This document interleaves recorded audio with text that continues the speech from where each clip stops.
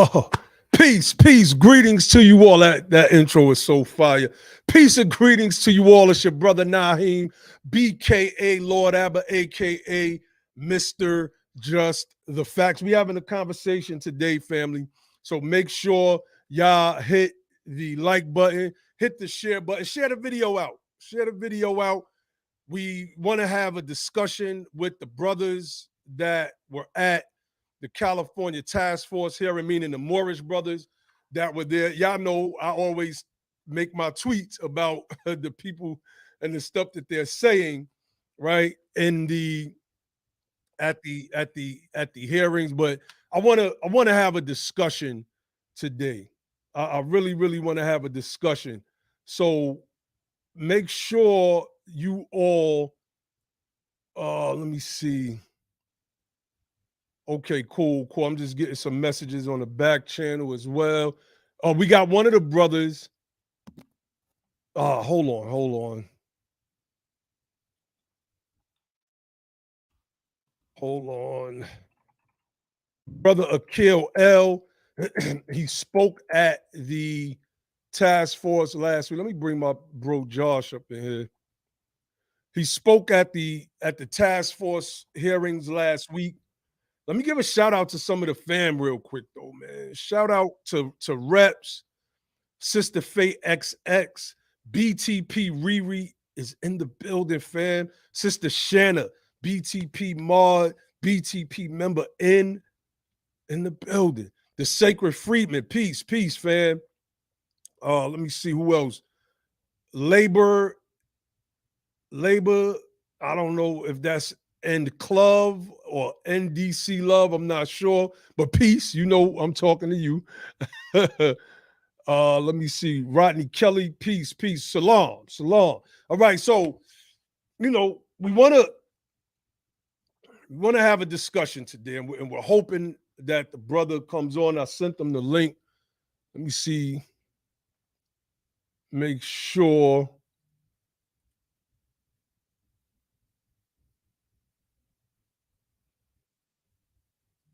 He's saying he can't get on right now. Hold on.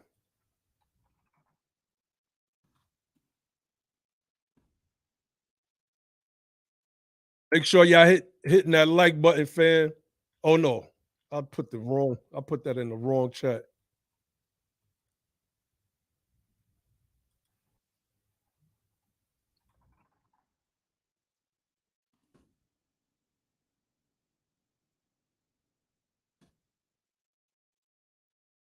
But we trying to get the brother on now. He's saying he's having issues getting on. He's on his laptop. It up in your Google browser.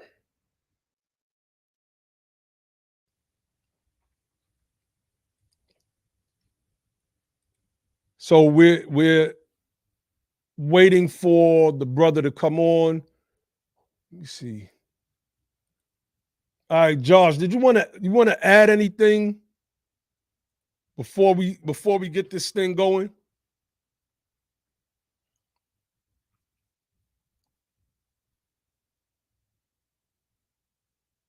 It's LA born, DC love. All right, what's going on? I'm gonna try to remember that, fam. LA born, DC love. I'm gonna try my best to remember that. Let me see. Yeah, we waiting. We brother Ali will be on in a few minutes as well. So I would like for the brothers.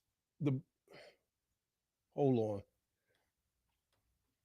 on. I would like for the brothers to come on and explain, like, one of the purposes for today's discussion, because y'all know we have information here, we teach as well, and we want to make sure that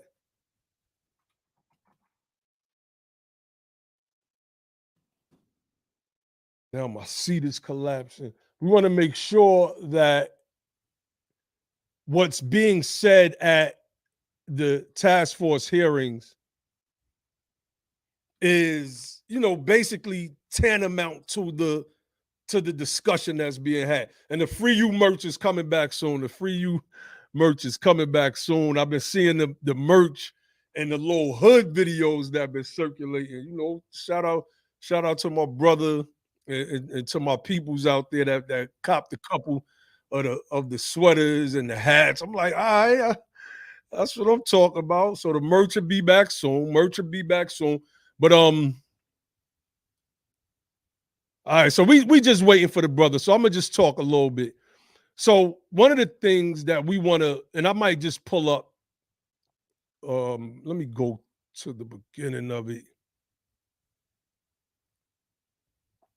Pull it up. All right, so one of the, I sound like I'm repeating myself because I'm all over the place and I'm not making any point right now. One of the issues that I have, right? And I tweeted it out yesterday, especially for the people that was up there that kept saying lineage.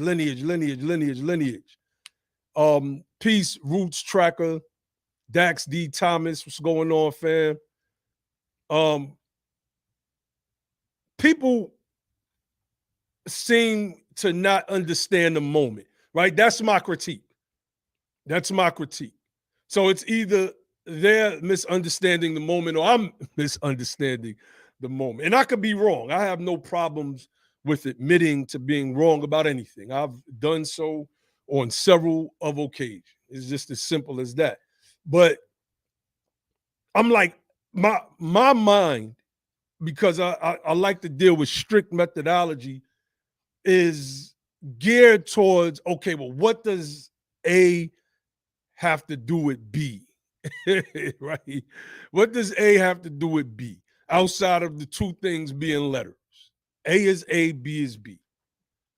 Now, what does, for instance, talking about your indigenous ancestors, and I'm using those folks because some seem to have not liked my tweet. What does that have to do with the recommendations of, or you know, the recommendations that the task force is asking the public for? That's your genealogy, and that should stay, to me, in my opinion, that's you and your family's personal business. So what I see and hear is a lot of people trying to force their ideological positions onto a matter that's dealing with reparative justice. In this case, we're talking about the state of California. So I'm like, okay, well, you know, peace, Brittany Sweets. I'm like, well, okay, cool. If that's your thing, fine. I told myself I wasn't debating with these people anymore and I've been chilling. But what does that have to do with the number, for instance, that's being recommended, it's not final, by the economist that the task force has hired? What does that have to do with eligibility of those who can trace an enslaved ancestor, one, in this country, and two, in the state of California, right? Slaves were brought to the state of California. I mean, you know, we could get into the whole historical aspect of it. So let me see. Okay, so let me read this. James Bay. Real quick. Oh, go ahead, brother. Let me read this real quick. I only heard one person use it for what it was used for. It was for us to give the committee our demands. Like the brother who asked for $350K for housing discrimination, $250K for business grants, and 15 acres. Now, that's a recommendation, right? That's a reasonable recommendation. Nobody can have an argument with that. I don't care what your ideology is. I don't care if you got on a fez, a turban, hell, if you got on a bathing suit, it doesn't matter. That, to me, is a reasonable demand. It's when we start talking about other things that I have questions, right?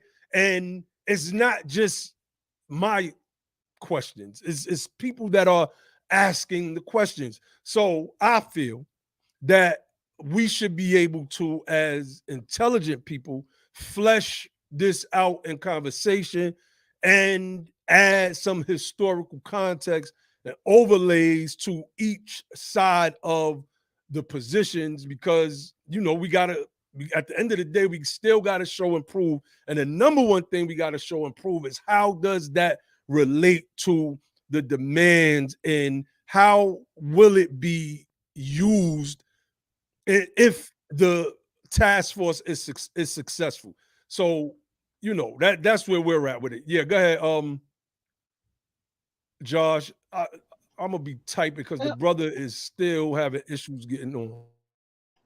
Yeah, I just wanted to say, that a lot of that which people try to interject into the conversation is about as relevant as, like, who do you like, the Cowboys, or do you like the Giants, or do you like the Eagles, or whatever the case may be? It's not really relevant who your football team is. It's not really relevant, you know, which president did you like? Obama? Did you like Trump? Did you like, that's not really relevant. Like, what's relevant in the same way, like, okay, your ancestors is indigenous, or you believe in this, you believe in that. That's not really relevant. So, I don't think people understand how that makes them look not very credible. It's like, you don't even understand the type of argument we're having. So that's like you going in. This is not necessarily a legal place. It's more. This will be probably more of a legislative action that may get challenged legally, but that's like you going into court, and you go into traffic court, and then you start trying to bring up all kind of other arguments that don't even have anything to do with what you're faced with and what you need to defend yourself from. But that's what we found. A lot of those people end up doing. They try to bring all kind of other things that are irrelevant to the argument that they need to make to get themselves cleared, to win their case. And yeah, I don't care who you and nobody really should care about who your football team is, who your basketball team is. Do you like the Lakers? Do you like the Celtics? None of that's really relevant. It's the same thing when you want to talk about, oh, I'm an indigenous ancestry. Okay, well, what about your European ancestry? That's of equal relevance as the indigenous ancestry in this argument, because both of the relevance is zero. Your what you believe in as far as your religion and all that if you want to say that, okay, that adds some type of, you want to say that adds some type of moral clout to the argument, where amongst the people who believe that. But guess what? It's not up to the state of California to buy into people's religious doctrine and belief. That's not what they're into, so that's not how they legislate. They don't legislate based on the Bible or the Quran or the Torah or whatever. They don't legislate based on that. They legislate based on what's on the books and the U.S. Constitution and the spirit and all that kind of stuff. So just adding on to what you're saying, man, I know we're just trying to buy a little bit of time for the brother to come on, but none of that ideology. Look, this is supposed to be the one space where we come together and we can agree on, like we can agree on the fact that we come from a specific ancestry, a specific set of families who receive generational damages and that are owed to that. That's what we all can agree on. Now, we don't need to try to find ways to manufacture disagreement within that. Let's just be cool with the fact that we have something finally we can all galvanize behind, and we don't need to interject things back in that cause division and disagreement historically that have been used as tools of division and disagreement. We don't need to interject that on there, especially if it's a bunch of pseudo stuff. Go ahead, brother. So the brother is saying he can't get on. He can't get on from his laptop. He can't get on from his phone. So I don't know. I mean, On the StreamYard phone is, either. yeah, StreamYard is a pretty easy Yeah, interface. I got on just now. Sometimes it like I have to toggle between the default setting and like my Bluetooth or whatever. Like if I'm trying to on the phone, if I'm trying to use the Bluetooth, then I gotta mess with the settings to make sure that it's using the Bluetooth as opposed to whatever the default is. Yeah, yes. I don't know. But I I mean, mean, well, I mean, we can if you want to pull a video, if you want us to play the video rather, yeah, let's just play it and then run through it. we could do that. Yeah, because I was hoping the brother would come on because I don't want to be accused of I should say, talking at anyone. And I want to make sure that people get a chance to,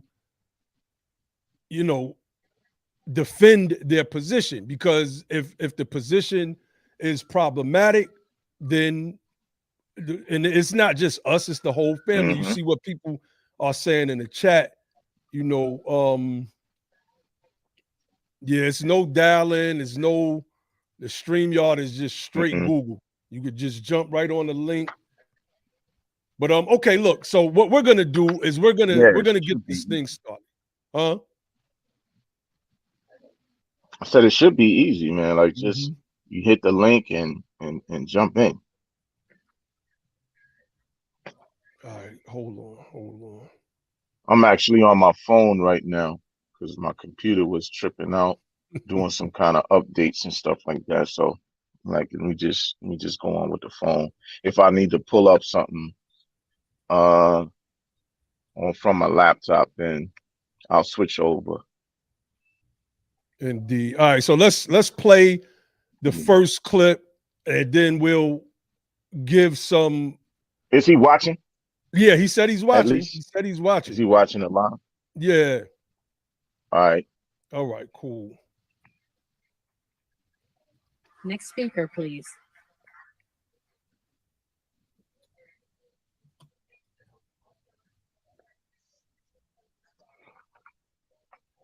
أعوذ بالله من الشيطان الرجيم بسم الله الرحمن الرحيم أشهد أن لا إله إلا الله وحده لا شريك له وأشهد أن محمدا عبده ورسوله اللهم صل على Muhammad وعلى Muhammad. Giving honor to my illustrious and industrial forefathers, the Honorable Marcus Messiah Garvey, Noble Drew Ali, and Malcolm X. Islam. Good morning, everybody. Can you hear me? A little bit, okay. So I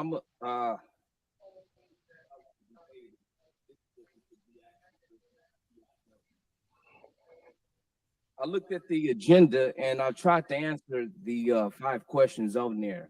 Question number 1, what are the damage time frames? The damage time frames are as follows: 1619 to 1865, we're under enslavement. 1865 to 1877, we're under Reconstruction. 1877 to 1965, we're under Jim Crow segregation. 1965 to 2022, we're up under legal discrimination. Now, formal apologies was given by this government, the Congress and the Senate, HR 194 and SR 39, apologizing for slavery, Jim Crow lynching, and the above. The significance of a formal apology is the admission of guilt, and now the United States is able or willing to stand in liability for its wrongs or its harms. It's not a payout. We got to do a little bit more work, but the door is open. Number 2, will there be a California residency requirement? If yes, how will it be determined? The residency requirement for California and all 50 states and the federal government is simply this: to identify and to classify as African American. Number 3, what year determines the beginning of the harm? Are there different starting points and ending points for each atrocity category? 1619 is the year that determines the beginning of the harm, and there are 4 atrocity categories, which I've already named, but I'll go over them again. They all have beginning and ending points. 1619, 1865, that's enslavement, the establishment of slave codes. 1865 to 1877, that's post-slavery, Reconstruction, Black codes are inseminated. 1877 to 1965, Jim Crow segregation. 1965 to 2022, legal segregation. That's 403 years of harm, which equals 16 generations of oppression. Number 4, let's see. Number 4, will direct descendants and or victims, African Americans of U.S. slavery in California who meet the residency requirement, be compensated? Simply, all those who identify and classify as African Americans will be compensated, period. I'm so sorry. Your time is. I gotta say this last one, Your please. time Okay, is so up. listen. Reparations are to be paid in gold bullion to all of my antebellum enslaved ancestors and their progeny, measured in the amount of 4 troy grams of 0.999 gold bullion per each antebellum slave. Your and time each is slave up, sir. descendant, We need to according be the fair conditions to of the everyone. mother for But thank 16 you so much. generations. Again, I'm so sorry.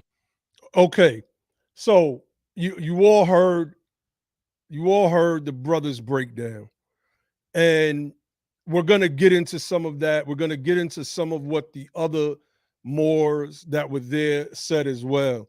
So, where do you want to start, Ali? Do you want to start with the slavery portion, or because I got some? I mean, not the slavery portion, Mhm. the gold portion, Yeah. or all right, let's start Well, there. And then, really, Brother Naheem, I just want to start by saying, giving them people props for actually taking the time out of their day to come out to that event, which was a historic event. Shout out to the Cali family. I got to give them a shout out for actually, a lot of people that's during the work day, right? For taking the time out, to taking a day off work or taking time away from work and going and trying to, make a contribution during that event.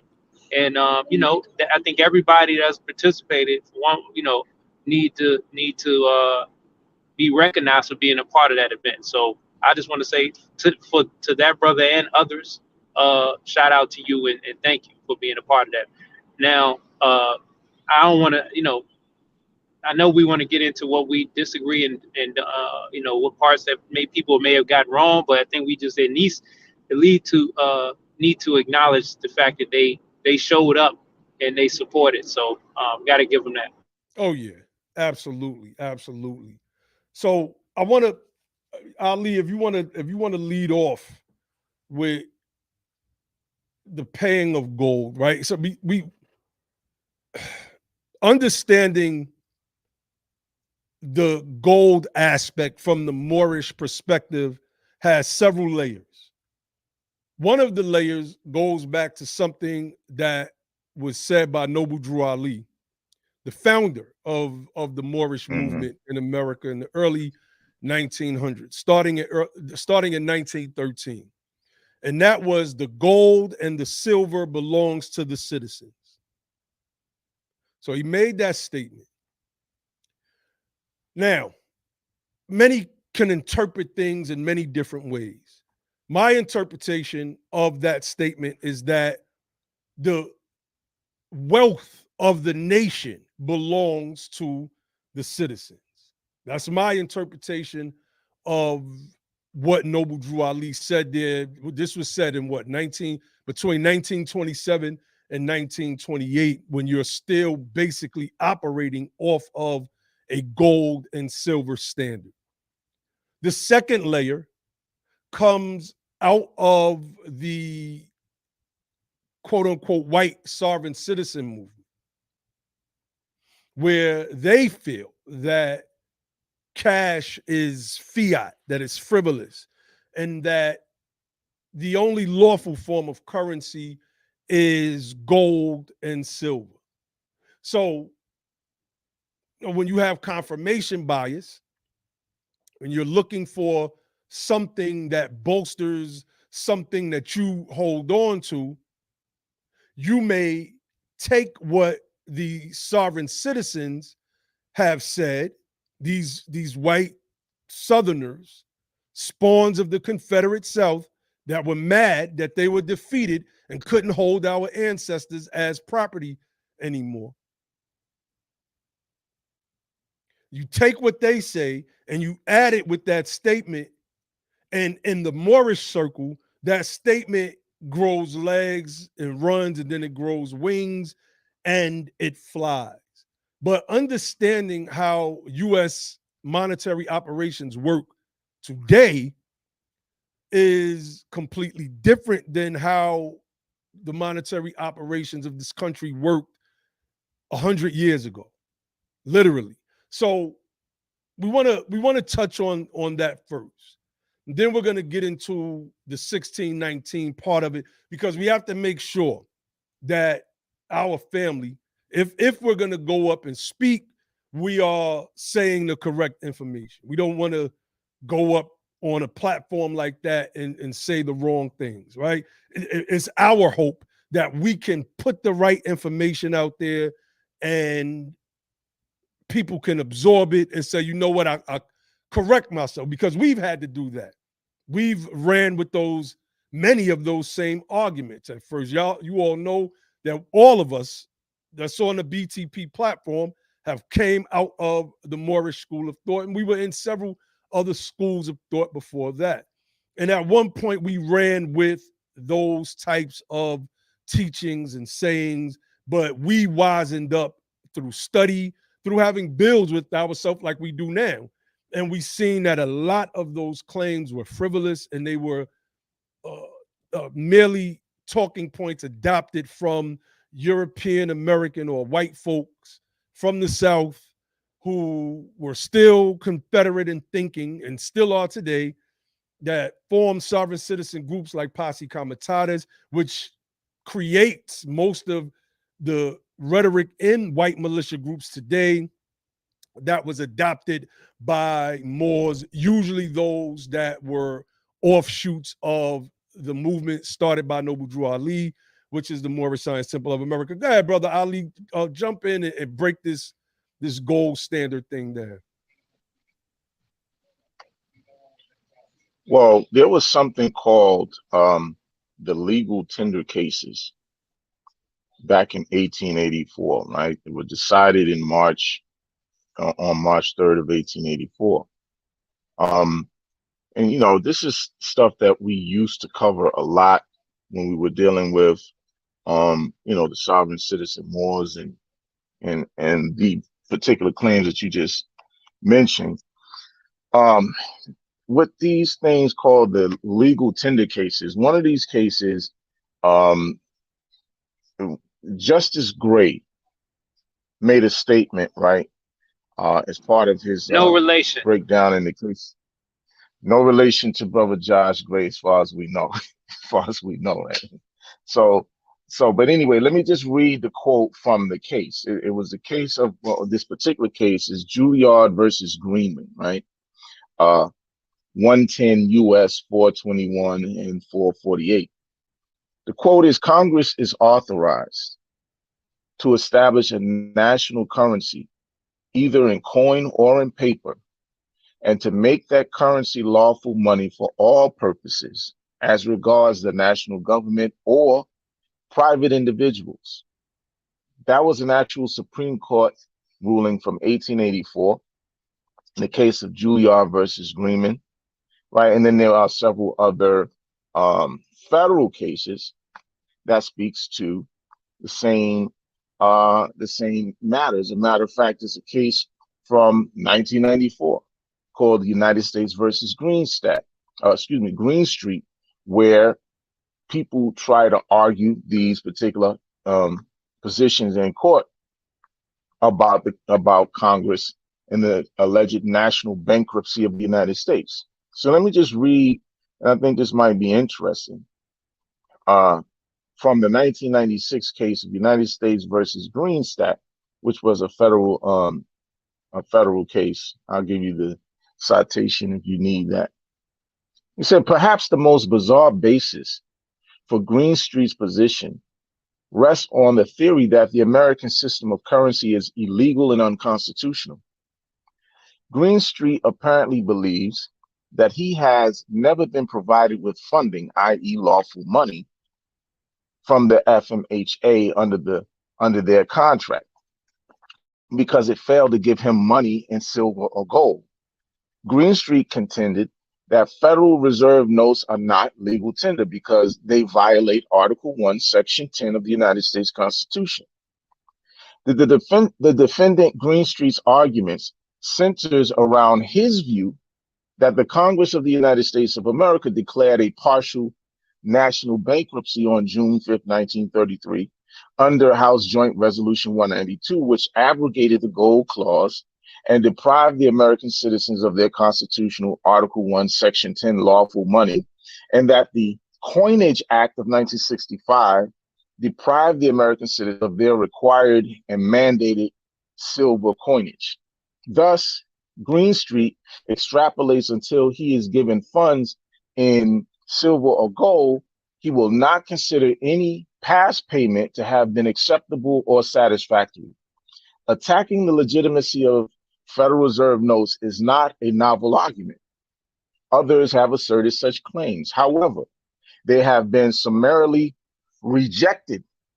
See, for example, Rothacker versus Rockwall County Central Appraisal District 703 SW 2D 235, right? This is in Texas. And then they were citing the state and federal authority declaring Federal Reserve notes to be legal tender. This court will also reject Mr. Greenstreet's coinage arguments. The court believes that the defendant's position is simply irrational.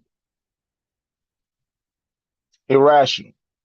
So there's also a little note that I put down here, right? It says, no state shall coin, emit bills of credit, make anything but gold and silver coin and tender in payments of debt. See Article 1, Section 10. This obviously applies to states, not to the United States. The United States has made Federal Reserve notes legal tender, regulating the value of the coins of coin thereby, right? And then also, a lot of them tend to rely on the fictitious Trafficant speech made by this former congressman by the name of James Trafficant from Ohio, right? He's really a celebrity in sovereign citizen circles, right? Trafficant is famously credited for championing the rather creative hypothesis that the Emergency Banking Act formally dissolved the federal government in 1933 by declaring the federal government to be bankrupt, right? There was a speech, a quote unquote speech, that has been attributed to him, which was supposedly presented to the House of Representatives on March 17, 1993, and purportedly talks about the alleged bankruptcy of the United States government. The Emergency Banking Act, House Joint Resolution 192, the Federal Reserve, the United Nations, the World Bank, the International Monetary Fund, emergency war powers, canon law, admiralty maritime law, paying and discharging a debt, birth certificates, citizenship, allodial property, and many other popular patriot sovereign citizen issues. So years ago, what I did was I compiled an actual document that speaks to all of these things and really refutes and debunks all of the mythology that was perpetrated first by sovereign citizens and then picked up on by Moorish people in the Moorish circles, starting with people like Taj Sariq Bey, like the Empress of Washita, Nature El Bey, you know, people like Sabir Bey when he was doing that stuff, you know, and so many others, right? The Ali Canaan land, Muhammad, dudes from Canada, Ali Muhammad, you know, you name it. There were Abdullah Mosi Bey, Ras Mariah Bey, you know, you name it. There's a whole bunch of them that was perpetuating a lot of this stuff. You can go right now. I don't even know. I haven't been there in a long time. But, you know, Taj and Ras Mariah had a site called RV Bay Publications. And a lot of the misinformation that Moors use, they derive from his site. Dr. Alim Bey's website contains a whole lot of disinformation and misinformation.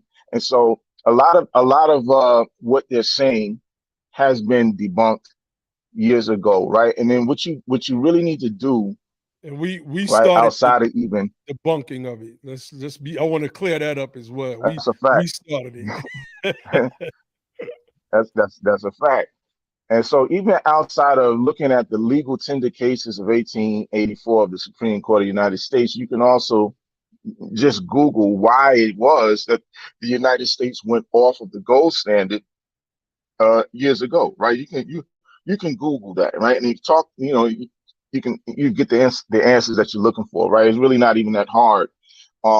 But just in simplistic terms, one of the things when we used to talk about this with Logic, one of the things that Logic used to say that he made some really, really valid points about running around with gold bullion is like, first of all, you're talking about bricks of gold that you can't use in any kind of exchange within the United States economy. Like you're not going to the supermarket, you're not going to drag a barrel of gold bricks around to go shopping at the supermarket. You know what I'm saying? And when it comes down to taking your money, let's say you wanted to take all your money out the bank how do you do that? Like you gotta, come on, man. You're talking about gold bricks. It's not feasible, man. Nobody uses gold bricks as a currency exchange in society. That's why they use paper and they use coins. But like I said, anybody who wants to understand why the United States went off the gold standard and why they're using paper money and coinage, first of all, they have the authority to do so, right? It is a sovereign nation and a world superpower. They have authority to do so. Nobody can tell them they can't.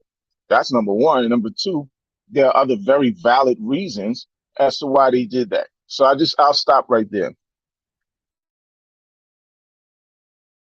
Yeah, I just put a a link in the chat while we left the gold standard.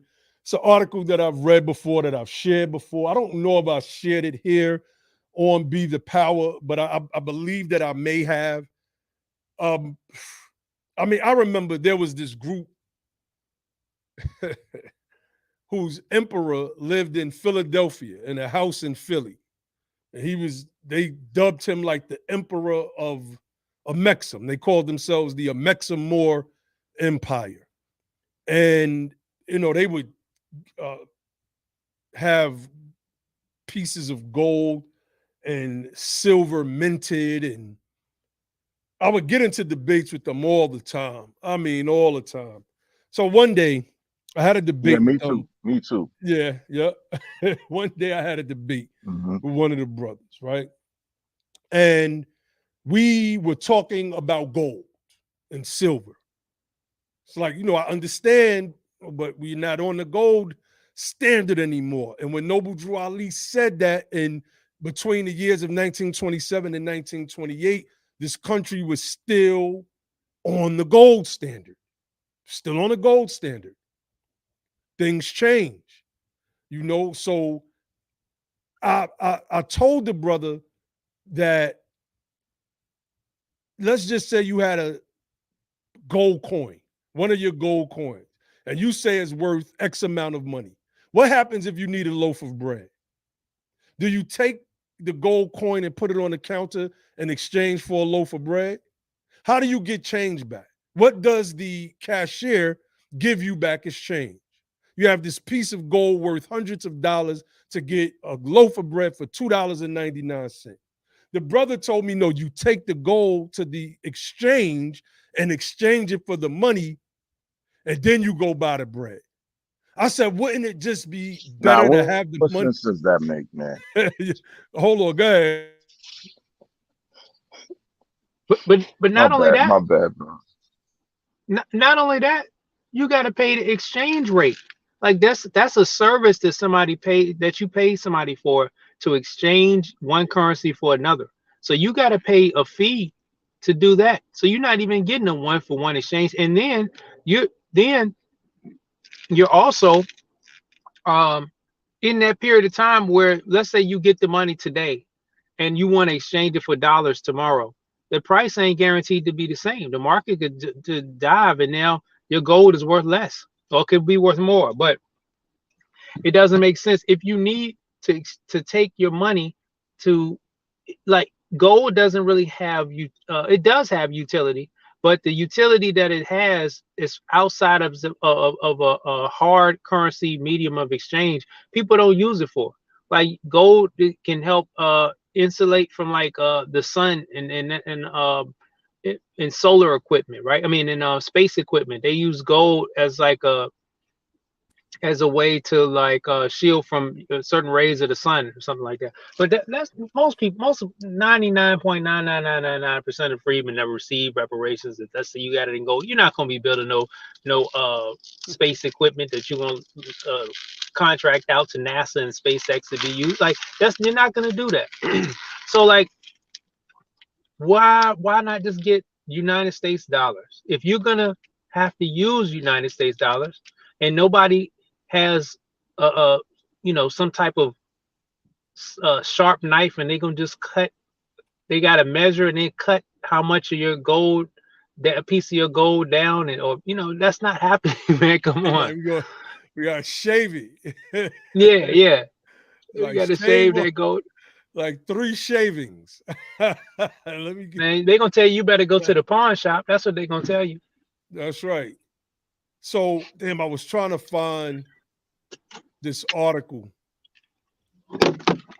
on the digital currency. Most of what we have now is digital. Most of the currency that we use today is digital currency, including the dollar.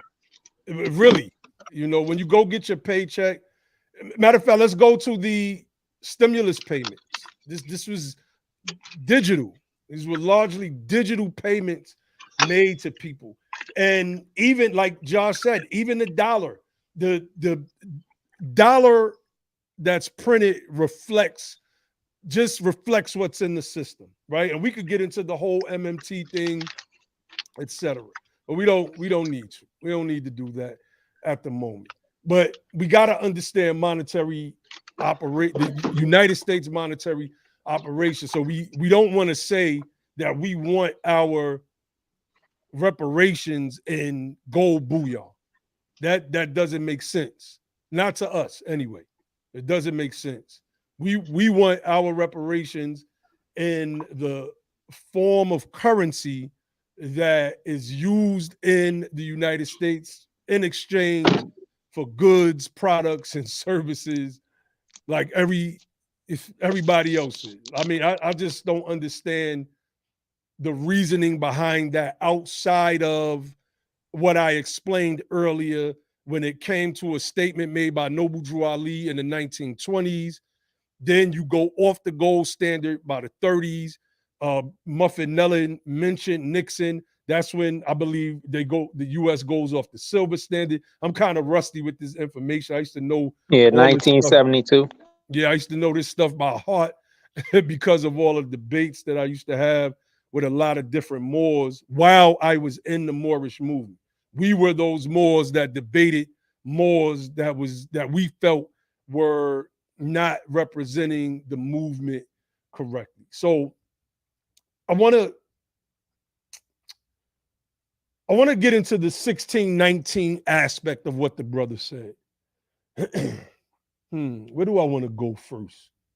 All right, I'm going to go with the chapter from Lerone Bennett's chapter in the Negro Digest in the 1960s, because a lot of people, they do not know this information. This slavery as we know it does not begin in 1619. Doesn't begin in 1619. So I love this introduction, and I don't want to read for too long. But he's citing, let me see, who is he citing here? I think this is from his own book. You know what? I'm gonna leave that for now. The question in August of 1619, as in August of 1965, was, what shall we do with, for, to, and about the Black people? It was a question that would be asked over and over again in the years to come, and it would be answered over and over again as it was answered in the beginning with the compromise. It was decided in the summer of 1619 to hand the black people over to the colony instead of to individuals. The 20 black seeds of Jamestown were farmed out to various officials of the colony, and they were farmed out as servants and not slaves. See, that's key in our understanding and why we have to be careful when we're talking about the harms begin in 1619. If it began in 1619, then it would broaden the claim. And we would have to involve Europe, and we would have to involve the African nations that kicked our ancestors off the continent. The claim starts when this country, well, the claim starts when we get the form of slavery we know, which is not in 1619, and when the United States becomes itself a sovereign. We have to really understand that. Okay, it says in court and church records, the first black Americans were listed as quote unquote servants. This is a point of immense significance in the history of America. The first black immigrants were not slaves, nor were the first white immigrants free. Most of the English colonists in the beginning were indentured servants. That is, they were sold or they sold themselves to the colony or to individual planters for a stipulated number of years, 5 or 7 or more, to pay the price for their passage. To pay the price for their passage. Stick a pin in that. In Virginia and other colonies, the first black immigrants fell into a well-established socio-economic pattern that carried no implications of racial inferiority. During this transitional period of 40 years or more, a period of primary importance in the history of America, the first Negro immigrants mingled with whites on a basis of substantial equality. History masks the faces and emotions of the black men and women who lived in this racial wonderland. The record burns with their presence, but the record is strangely silent on their reactions and the reactions of their white colleagues. The black founding fathers enter history thus: faceless men, uprooted from the warm womb of quote unquote Mother Africa and flung willy-nilly into the wilderness of an outpost of Western civilization, right? We get this repeated in a lot of doctrine. I was born a 5%er. The 5% teachings come out of the Nation of Islam, and this is what was taught. It continues. Nothing on the record indicates that the shock was very great for Negroes or whites. The men and women of the Black Yeast soon dropped their entrancing Spanish names. Antonio and Isabella, who were drawn to each other on the trip over, married and became parents of the first Negro child born in America. Let's stop right there for a moment. We got to deal with what the historical records say. Antonio and Isabella, who were drawn to each other on the trip over, married and became parents of the first Negro child born in America. That's not the slavery we know. The slavery we know says that slaves were forbidden to be married. There were a few occasions where they would allow slaves to marry, quote unquote Negro slaves, but for the most part, it was forbidden for slaves to marry. And I believe, my opinion is that because the European quote unquote white slave masters wanted their share of other men's wives in the form of our chocolate sisters just coming over here from Africa and creating this new people, this new tribe here in America, if I could use that word. It continues. In 1625, the black boy, talking about the child of Antonio and Isabella, was Christian William Tucker in a Jamestown church. Thus, in the span of a few years, the Negro soul moved from Africa to Spain to America, from X to Antonio to William. Now, that X is interesting because in the Nation of Islam, it says that we received the X, and the X means unknown because we did not know our old names. Well, according to the earliest records, and that's not just in the Nation of Islam, the 5%ers teach that as well. In the earliest records, it showed that we did have names, and we had the names of Spain. What was the Spanish language then, and the Castilian, etc., but a mixture of the Arabic and the Latin and the Castilian, or what was known as the Romance languages.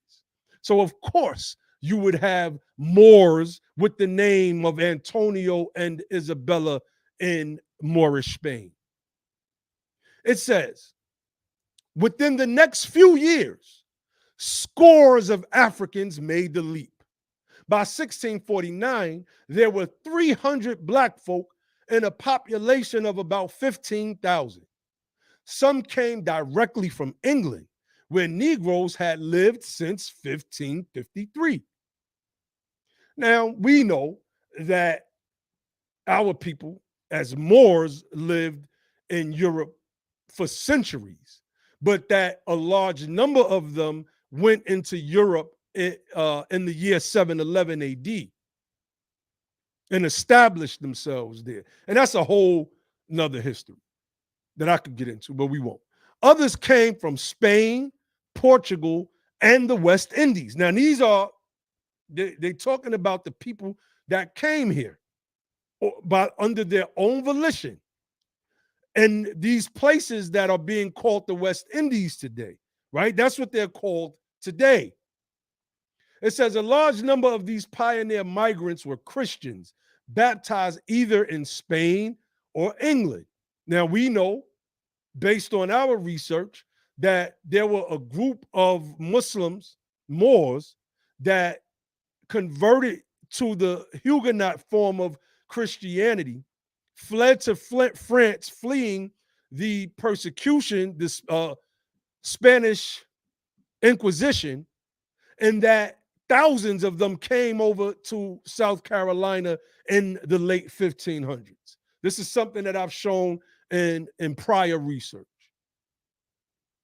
It says a large number of these, let me reread that part. A large number of these pioneer migrants were Christians baptized in either Spain or England. John Philip, for example, testified in a Jamestown court in 1624, and his testimony against a white man was admitted because he had been, quote, Christianed in England 12 years since. Like, I can really, really go into, I'll read this next paragraph and I'll open it up to the bros. Some, perhaps all, of the first group of African Americans worked out their terms of servitude and were freed. Within a few years, the more energetic were accumulating property, pounds, and indentured servants. And I'll pull up some stuff later to give some weight to this part of it, right? We like to deal with cross references over here. We don't want to just read from a source and tell you to accept that as the end all be all. I'll give you another source that you could all look up. Anthony Johnson, America's first black capitalist, earned the dubious honor of being the first black person in the colony to hold a Negro as a servant for life. Still another Negro, Richard Johnson, imported a white man and held him in servitude. This apparently was integration with vengeance. Now, I think he just threw that in there for some extra, some extra effect, but this was the way of the colonies at that time. Let me see. I wanted to read one more part because it said freedmen. But let us take care not to exaggerate. he speaks on it. It is as certain as death that there were racists then. But the record indicates that some Negroes were accorded social privileges about equal to those accorded to freed white servants. More importantly, Negro freedmen seem to have had the same industrial and economic opportunities as white servants. So, I wanted to read that Negro freedmen part. This whole chapter is fire. I'm going to put this link in the chat so you all can read it for your own edification and absorb the information, because we want to make sure that we're getting the information right, family. We don't just want to go up and say things and we're not right and exact about those things. So I can stop sharing that. I put that link in the chat, fam. So y'all make sure y'all check it out. So let me see. Okay, so okay, go go ahead. ahead, Ali. Yeah, go ahead, bro. No, I was just going to say I have some things that I could share about the arrival of Africans early in America, prior to 1619. Many of them as slaves, because one of the things you have to remember, right? The slave trade starts in the 1400s, somewhere. I mean, where they actually start taking people against their will out of their land, somewhere around 1441, right? And for those Moors who are astute about that particular portion of history, you've heard, your teacher Taj in many instances talk about certain papal bulls. Well, those papal bulls are very, very important as it relates to the origin of the slave trade and what they called the conquest of Guinea, as it was labeled by the Portuguese historian Gomez Azarara, or Zorara, in his piece, The Conquest of Guinea, right? He's talking about and chronicling what happened at the time. And this is contemporary chronicling of what took place. So you're talking about the 1400s. One of the earliest pieces, and we found this one, and this is one that Taj Tariq Bey never spoke on, was a piece called the Ilias Qui or Qui, I don't know how you pronounce it, Qui, where it talks about taking the land from these particular Africans who were known as Moors at the time. And what they did was use these things as authorizations to go ahead, Christian authorizations to go ahead and attack these Africans based on the fact that they were considered infidels or Muslims or whatever the case. And so that starts around 1441. We know that they came out of Europe looking to enslave Moors first. This is historical fact. They were looking to enslave Moors first. And so they started to take Africans or Moors as captives from Africa into Lisbon. And then after that, they start to come across the ocean to the Americas, right? And that's in the late 1400s to 1490s.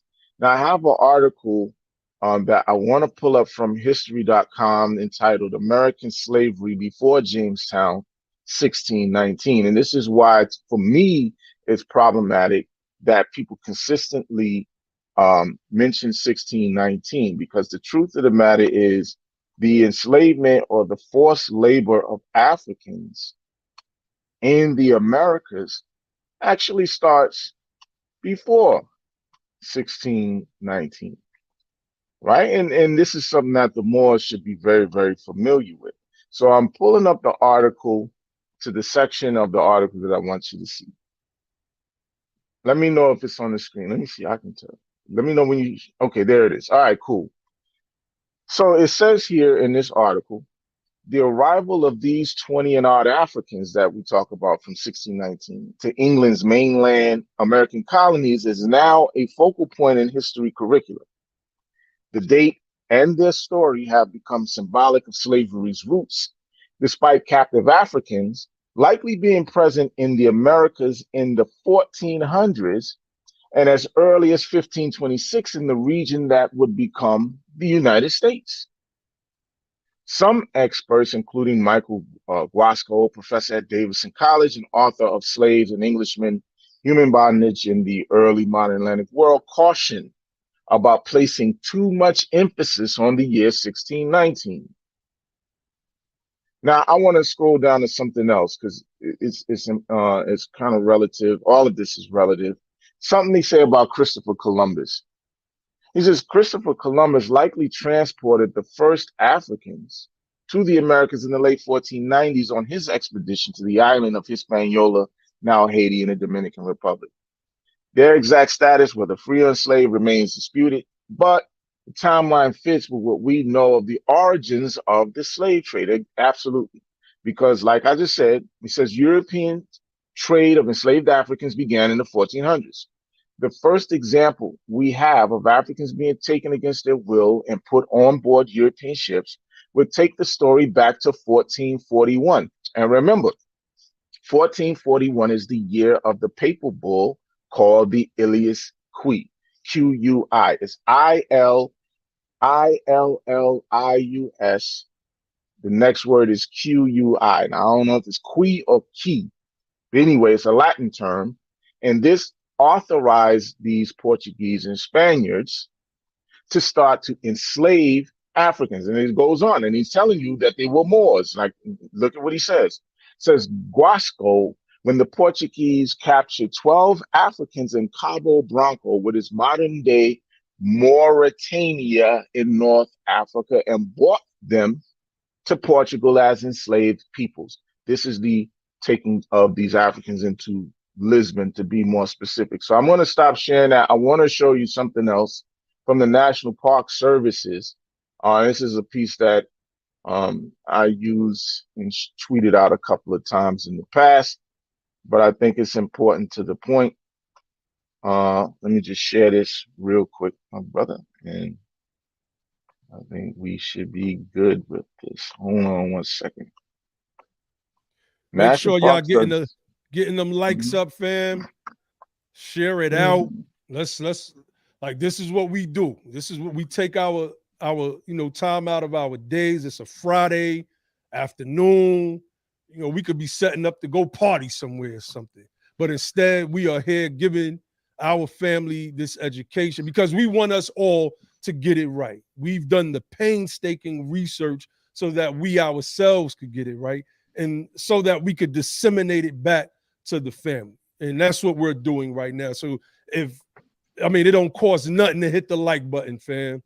It do not. But you can still support the channel if you want by using Super Chat, Cash App, and Be the Power, even when the video is over. If you come back and you watch this, there's a new feature on videos to whereas you can show your appreciation after the fact. So make sure y'all use those features as well. We are expanding this platform and because we have to. Yeah, go ahead, bro. All right, so I'm just going to read from this. This is the Park Ethnography Program, African American Heritage and Ethnography. This piece is entitled African Explorers of Spanish America. The first Africans from Spain were known as Ladinos or Hispanicized Africans and were soldiers, servants, settlers, and slaves. Remember, this thing starts around 1441 with the taking of these Moors from Mauritania into Lisbon. They began to arrive in the Americas as early as the 15th century, many as auxiliaries to the Spanish and Portuguese explorers. As Matthew Restall states, from the very onset of Spanish activity in the Americas, Africans were present both as voluntary expeditionaries and as involuntary colonists, which would include servants or slaves.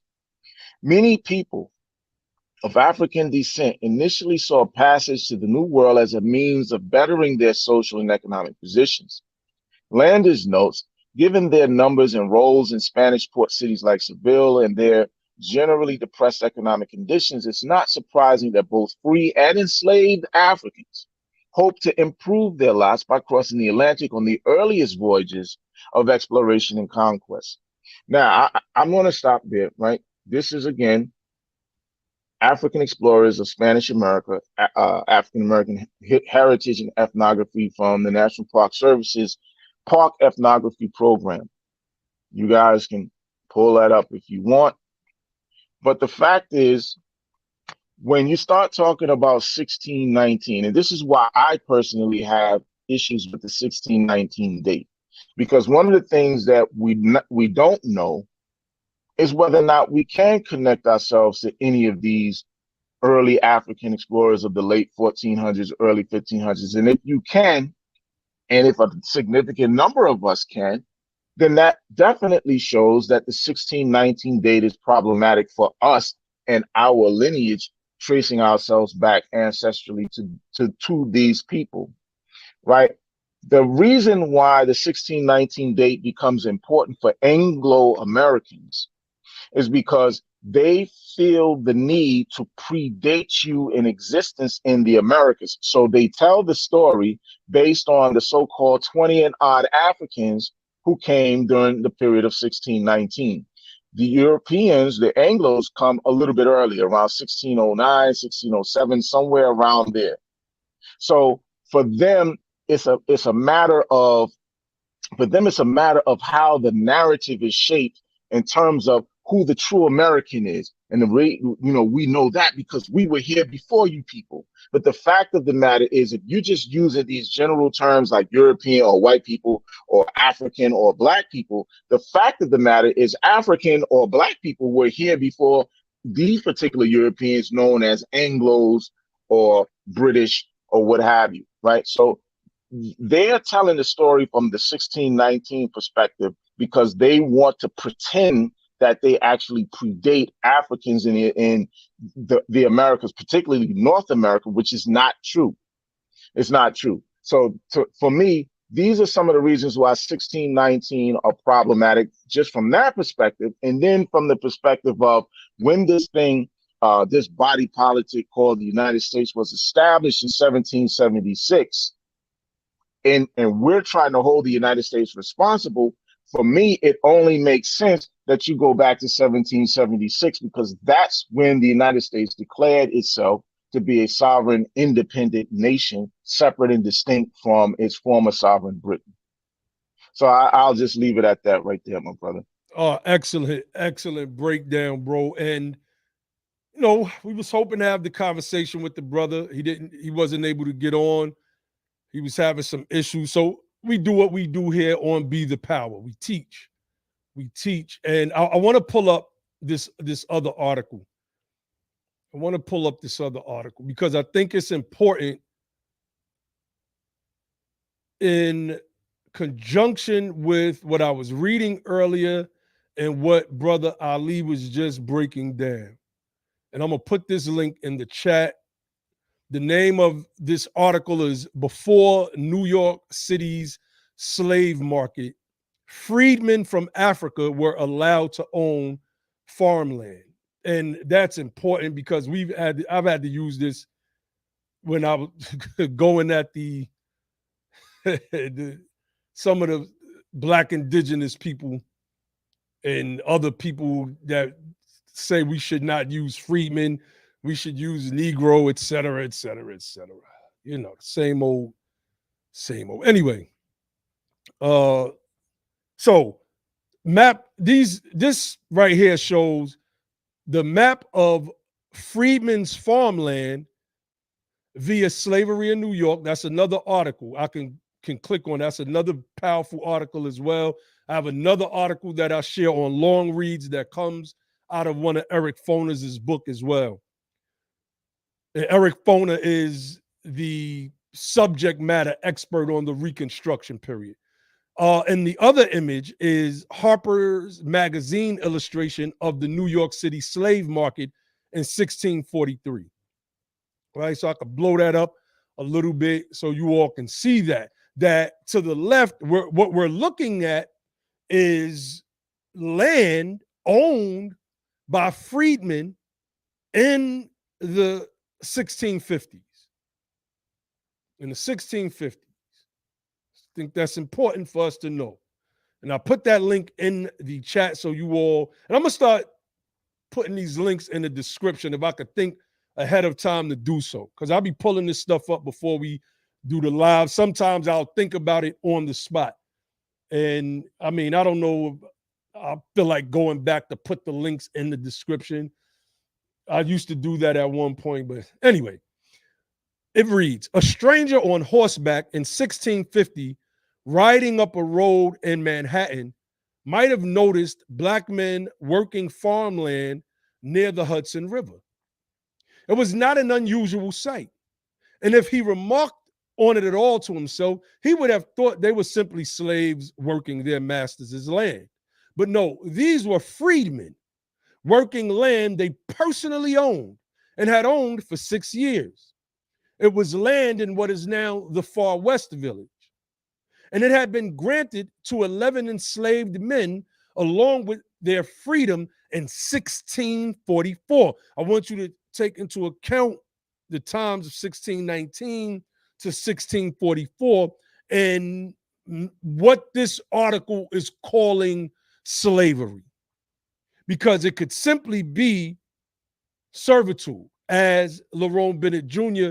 noted in his article or his chapter of the Negro Digest that I read from earlier. And I wanted to read that to you all because, well, we feel that it's important. Again, I put that link in the chat. We just want the family to get it right. We just want the family to get it right. Peace. What Corny Pop said. Honest. Thank you. I want to share one more thing. Because I want to show everyone what I was talking about earlier. When we speaking about Antonio and Isabella and Anthony Johnson, the quote unquote first black capitalist in the United States. And this is from the book that if you are in the Moorish movement, you should not only have, but should have read already, both volumes, at least 2 large volumes. I'm not going to sit here and fib and say I've read both volumes in depth, but I've read a good portion of these books. And that is The Invention of the White Race by Theodore W. Allen. So I don't know if you all can see this, but I'm going to read. This is from his book. I don't have the exact page number because it's coming from my Kindle reader. The chapter is called Historical Significance of African American Landholding. Landholding by African Americans in the 17th century was significant, both for the extent of it and because much of it, possibly the greater portion, was secured by headright. Y'all make sure y'all look up what the headright systems were. That's right. Yep.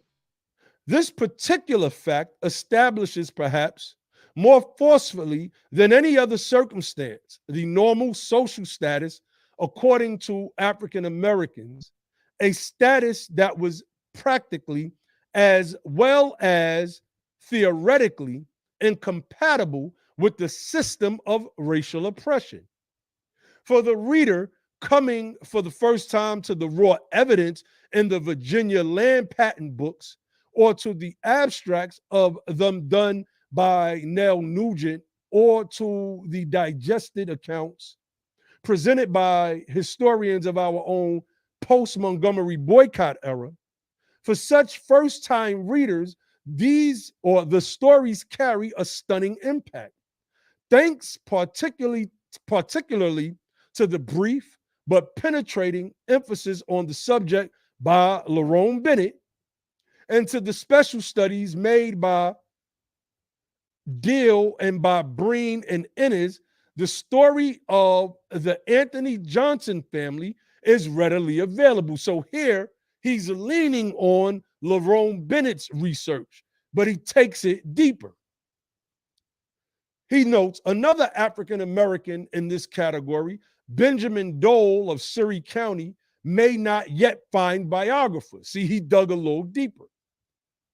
It is especially noteworthy that the persons for whose importation these particular patents were granted were mainly, if not all, bond laborers from Europe that were brought from Europe. Since considerable attention has been devoted to these African Americans in the works referred to above, I will simply list them. Land patents granted to Anthony Johnson on 250 acres for transport of 5 persons. The Benrose, though Benrose, Peter Bugby, Antho Cripps, John Gesserol, Richard Johnson. And what he's doing is he's going through these particular land patents. And, you know, for instance, this one says patent on 100 acres bounded by lands owned by Anthony, Richard's father, and by brother John Johnson, granted by Governor Richard Bennett to Richard Johnson, quote unquote, Negro, for the transportation of 2 bond laborers, William Ames and William. I could get, you know, we could go into the whole stories of that, of the whole thing, right? But that whole era, but we're not. We're just giving you some references for you all to look at, and we're hoping that you look at them because, again, we want to make sure that we get this stuff right. Ali, I want to play one more clip from the task force of one of the other Moorish brothers, and we could get into that, and then we could start winding this thing down. Did you have anything that you wanted to add? Okay, all right. So let's get into this last clip because, you know, some of what's being said, we got to make sure that it's on point, and we want to make sure that our family is getting up there and saying the right stuff, and that we're not relying on, what was that old, was that in the Quran? I think where it says relying on our own wisdom. Next speaker. First of all, praise God. I thank God for being here. Second of all, my name is Imhotep Eel, original Asiatic. Second of all, I would like to say America owes us the whole goddamn country. Because if it's an eye for an eye and a tooth for a tooth and a life for a life, they owe us the whole goddamn country. They have killed over 600 million and counting of original people here in America. When they gave Ukraine all that money, $250 billion, that was a slap in our face here in America, original people that has been oppressed, compressed, and depressed, and we still being oppressed, and y'all really don't have no ear or no eye or no heart to sympathize with our condition. What I'm saying is, give us what y'all owe us and let us get up out of here because y'all owe us the whole goddamn country. Thank you, sir, for your comments. Next speaker. So let's stop sharing that. Now, hold on. Well, I'll say this real quick while you bring up the next thing. No, go ahead, bro. I sympathize with what he's saying, right? Because listen, we know of the atrocities. Everyone is aware of the atrocities. The task force released a very comprehensive piece on the atrocities, on all of the abuses and mistreatment, as we say, from the Moorish movement, or you know, the man, look, like I get it. I understand the sentiment of where he's coming from. Like I get it. Now the information may be off, but I understand the sentiment from where he's coming from. I just wanted to start with that. No, definitely.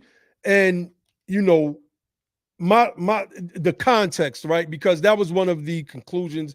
The same thing you said, it was one of the conclusions that I came away with yesterday. There are people that are passionate, and many of them have their own ideas about how things should go. And we have to be reasonable at the same time. You know, it's like, okay, yeah, here, y'all, take the country. This is y'all reparations. We're gonna get on boats and go back to Europe. You know, that's Or not box how they said the box and the box cars. cars. You're gonna be yeah, right? whatever. And go back to Yeah. Europe. Now, that's not a recommendation. It's not a recommendation for the California Reparations Task Force Absolutely. that the country should be given to us just because of the atrocities. That's, if you would have said that maybe at a federal hearing, then it would be more feasible. It wouldn't be correct, right? It wouldn't be a real recommendation, but it would be something that's more feasible. We have to understand the moment that we're in. You know, like our brother Way Too Major TV says, we're angry but don't know how to articulate our anger. And that's true. And our anger comes out based on our knowledge base 9 times out of 10.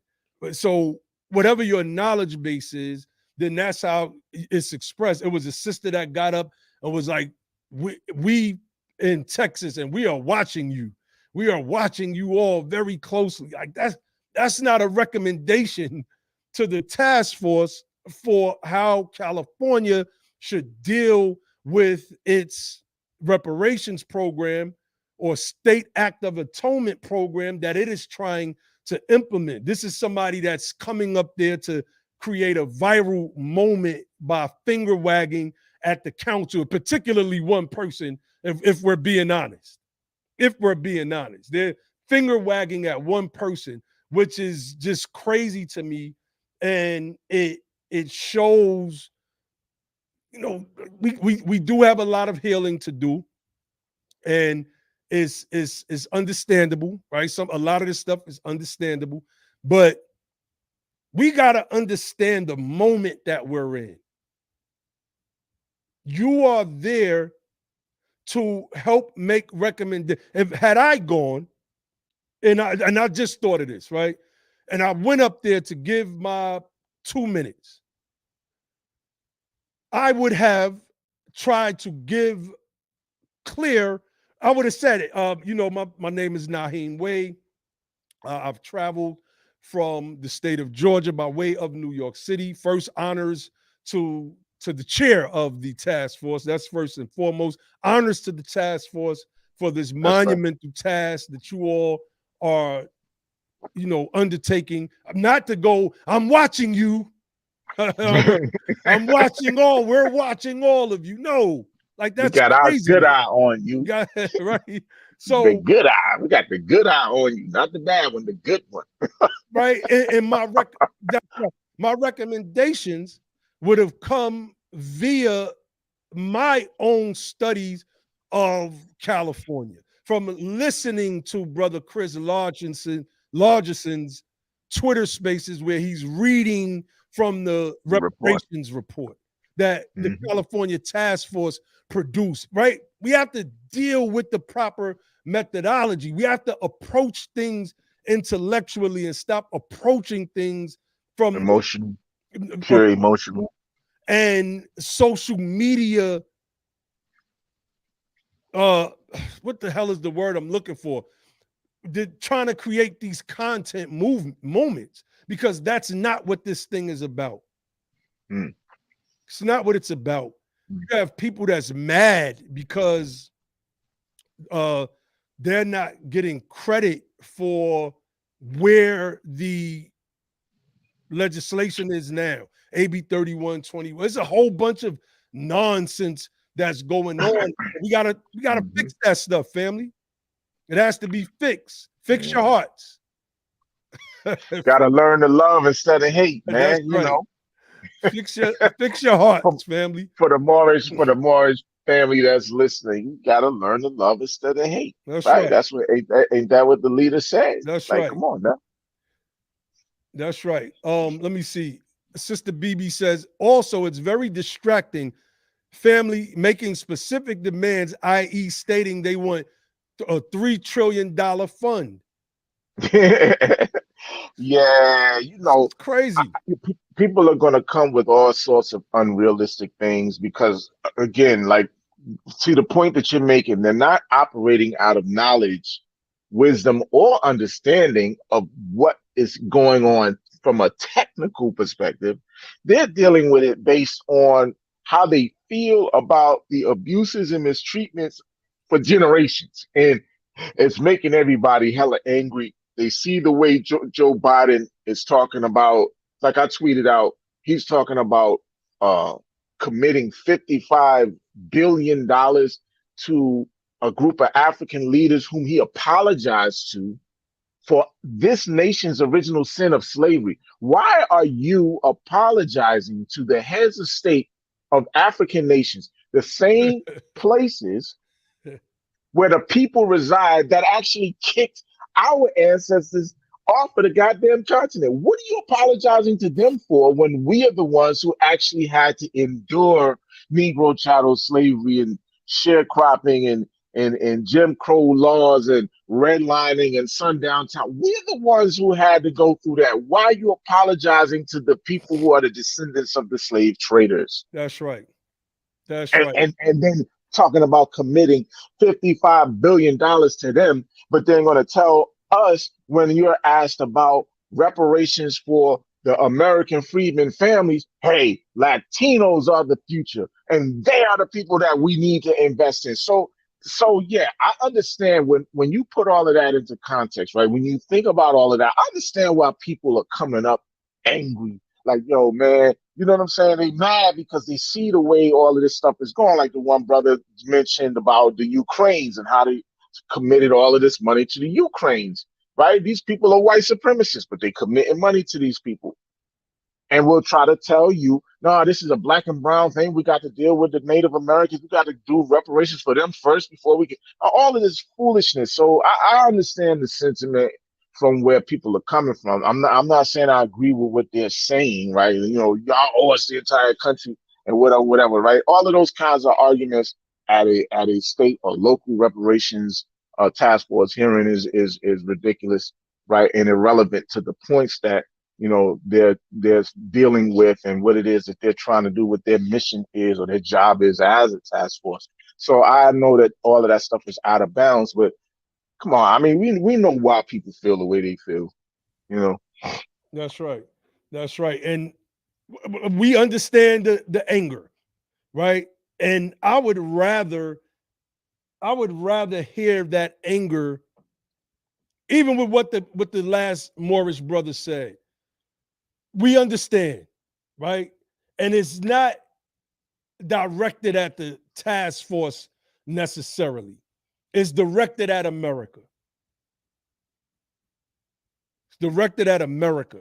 And at the bare minimum, we got to make sure that we are getting it right, family. Study what's going on so that you could understand, so that when you go up and you speak for your 2 minutes where they are taking recommendations, you can help and say, like I was saying earlier, well, you know, although I'm not a resident of California, I've studied the topic intently, and I feel that if a number should be placed, it can range between whatever based on this time period. And well, you know, these are things that the task force is supposed to be looking for. They're not going to accept your recommendation of payments in bullion and however many troy ounces. That's not what the task force is set up for. Those that are talking about $3 trillion and all of this, some of these people, and I know some of them that's from Cali, there's Twitter space cadets. That's all they do is mumble and bumble and stumble around in Twitter spaces all day, talking about a bunch of nothing, voicing their displeasure at a process that they really don't even understand. we brought Sister Camilla Moore and Brother Chris Larson on to be the power so that they can explain, which they did, explain the fact that no final recommendation was made, whether it was 220,000, 223, 233. I've seen so many different numbers. The last number I saw was 233. That's why I put that as the number in our last live stream. So, you know, I saw 233 as well. I seen, yeah, 233. So either way, I mean, it's just, it's crazy because we just got to be realistic, fam. Understand the moment that you're in. Most of that stuff that y'all are doing to us is obstructing.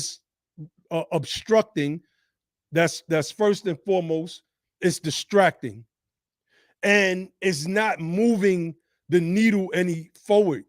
And the people that's on the outside looking in are just laughing. That's why we had issues people running around talking about 6.4 quadrillion. And Dr. Darity just had to come out a few months ago and make a tweet clearing that up. And we got a discussion between Dr. Darity, Warren Mosler, and Thomas Kramer, who admitted that he's not an economist, right on our channel, talking about the 6.4 quadrillion. It shouldn't have never been pushed in the first place. You had these fist-pumping YouTubers that was adopting this stuff. Leave him alone. He's just a child. As opposed to saying, nah, this is making us look stupid just because it was in opposition to BTP. Right. It's a matter of the Childish. seriousness in your approach, right? And letting the world know that you understand what you're dealing with, who you're up against, and how to actually approach these things in the proper manner, in the proper fashion, with the proper information, right? Nothing ridiculous in nature that most people, that almost everyone is going to shoot down and never are going to entertain in no serious manner. So you gotta think in terms of seriousness as grown people, as people who understand who you're up against and where you're living at, right? And which is why I believe that it's very, very important what we've been doing and kind of leading the way and opening up dialogues that we have been with our Black conservative family, right? And I see a lot of people once we started doing that, a lot of people started to come along and join in those conversations, because I think we have to have intelligent conversations with American citizens, regardless of what political affiliation they are, right? We got to start opening this thing up and having these very intelligent and very strong and informed conversations with these people all over the country, right? And whatever political platform they're on, because people have to get the message. They have to understand that we're serious, that we know what we're talking about, that we have the information and we're solid in it, and we're going to stand on our square wherever we are. You know, no one's going to be able to move us based on ridiculousness or you coming with some astronomical kooky number that people are just going to laugh out of. You know, like come on now, we coming with real stuff, real information, real history, real facts of law, real. You understand what I'm saying? We coming with that real deal. We coming with the heat for real this time. Like, we're not playing. You know, it's not a game. We're not here just for viral moments on Twitter or whatever the case is, man. We actually here to make a real dent and to put a real dent in this situation and to move this thing forward from where it's been into where it has never been. That's what we're trying to do. And I want to camel back off of that, because you said something interesting about us. You know, we've been building with a lot of Black conservatives lately. Pew Research poll shows that Black conservatives support reparations. 68%. 68%. You know, and I thought that was great, because it was shocking to me. Because when you hear a lot, it's changing. That's It's right. changing, like, and it's going to change even more. The more that we have these intelligent, informed conversations with people like Sister Sunny and sisters like Whitley Yates, and really be like think about the fact that Sister Whitley Yates, Felicia, a Nicole. Republican, right? That's right. Our sister Aja, like That's right. the brother that held the last Twitter space. I can't remember Jeff. his first. Yep. Jeff, right? Mhm. So we're showing them that, hey, like, oh, they're looking at it like, yo, these people actually got this shit. They actually got this thing figured out. Like, this is like they serious. They got it figured out. It's like we can't just run the same old Republican talking points about small government and government spending, because every time we try to run with that, they actually got answers for that. That's right. You know what I'm saying? And so it's like the chosen few is here. That's only the chosen few is here, right? The creative minority, as Dr. King called it, That's is right. here. It's here.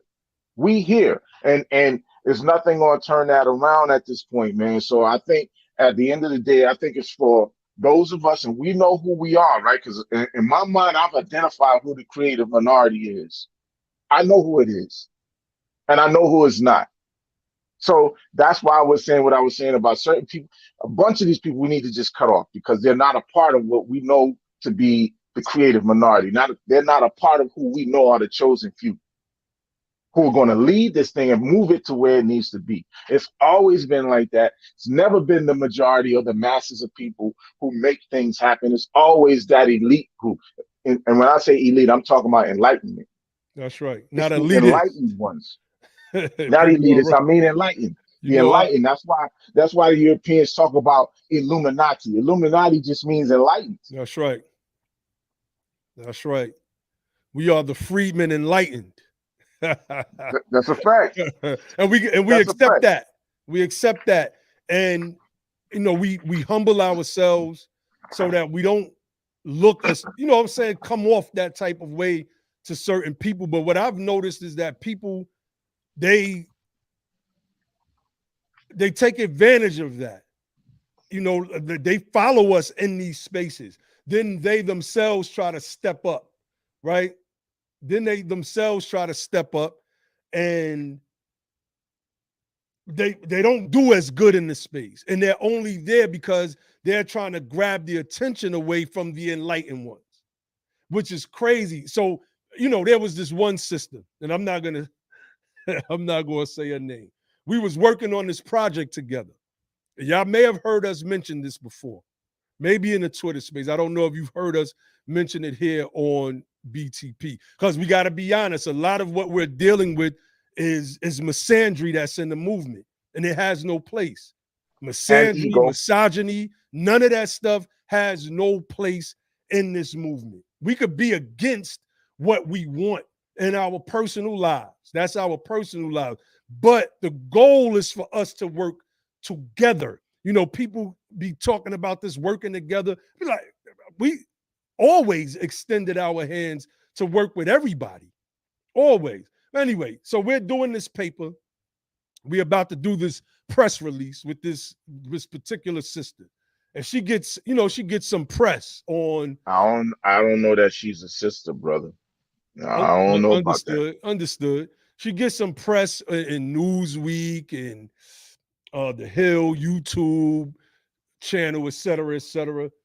And there was a debate about blackness on a thread. And she, you know, Brother Logic, you know, was like, you know, sis, we're trying to move away from race-based language as we push for reparations and yada, yada, yada.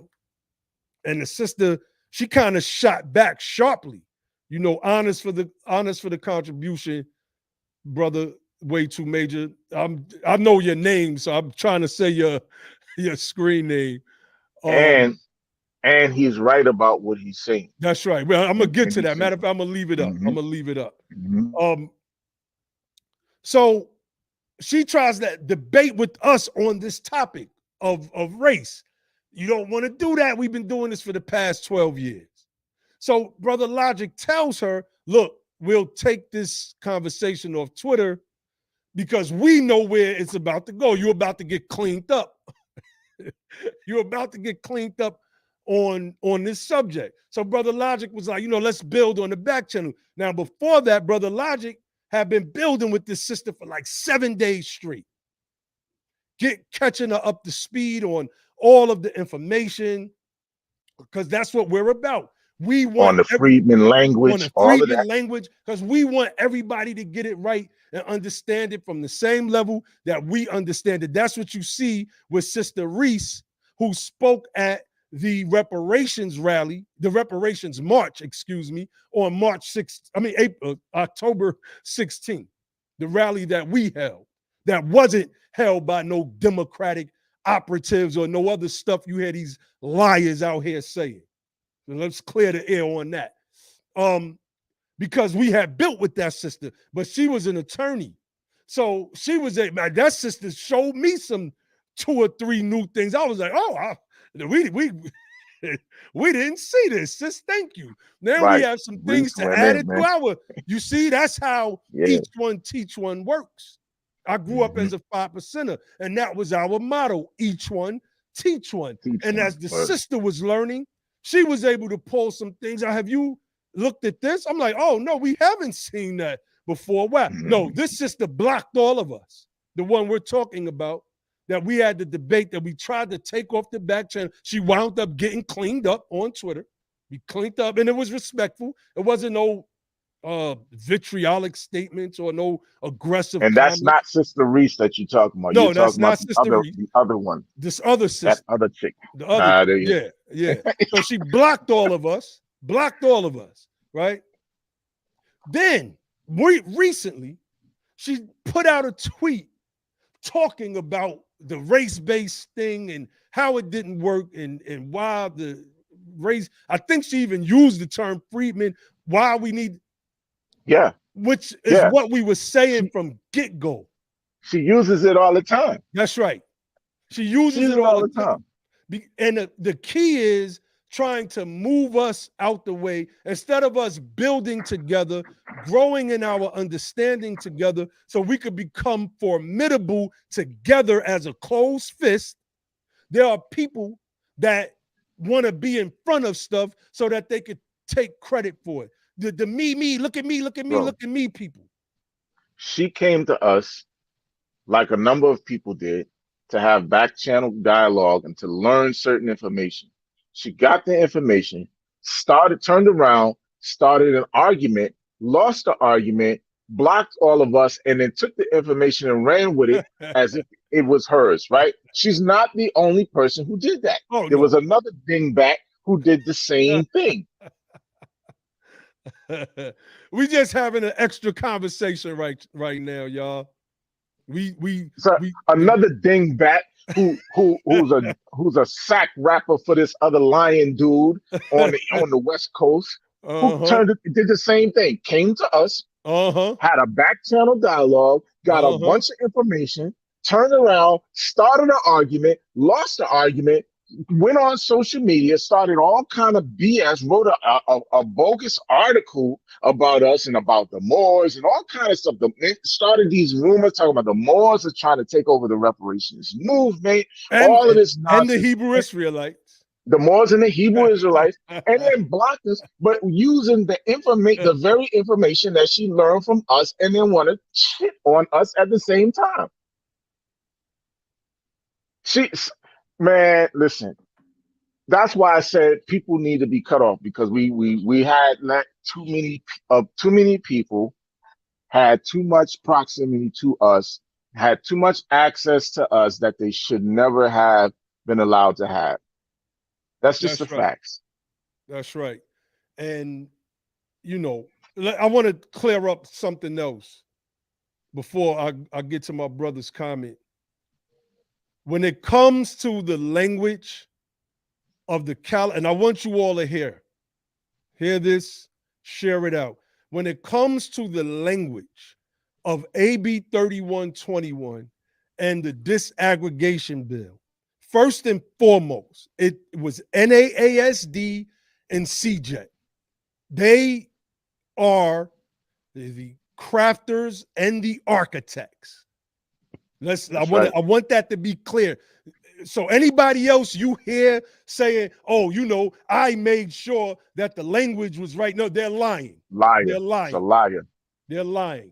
The family then, after they put in the legwork, called on BTP to help us tighten up that language, which is why you have the freedmen, American freedmen, in the California state disaggregation bill, which will be the way that our people are disaggregated from other Black folks in California when that legislation is set to take effect. Anybody else telling you anything other than is lying, and make them show and prove. Make them show and prove. And there's no public phone call. That's right. During no public commentary for none of the task force hearings responsible for that. That's right. That's not what it was. A bunch of people called in to those hearings and showed up to the ones that were in person and gave their testimony. There was no one individual that influenced the task force and that through no public hearings or public commentary sessions. Yeah, a lot of people are, you know, these people are liars, man. You gotta watch these damn con artists and liars and stuff, man. You gotta watch these. That's right. Gotta watch them. These are the same people that threw a monkey wrench in our plans for the rally that we held because they messed up getting their stuff together. Straight up. Like it's time to start calling this stuff for what it is, man. Because y'all already know how I get down. I don't rock with these cats. Point blank, period. I rock with the fam that y'all hear us shout out all the time. And that's it, and that's that. The rest of these dudes could kick rocks. So my brother said the HOK scholarship doesn't work in the reparation space. This is the real world. And that's right and exact, 100%, right? And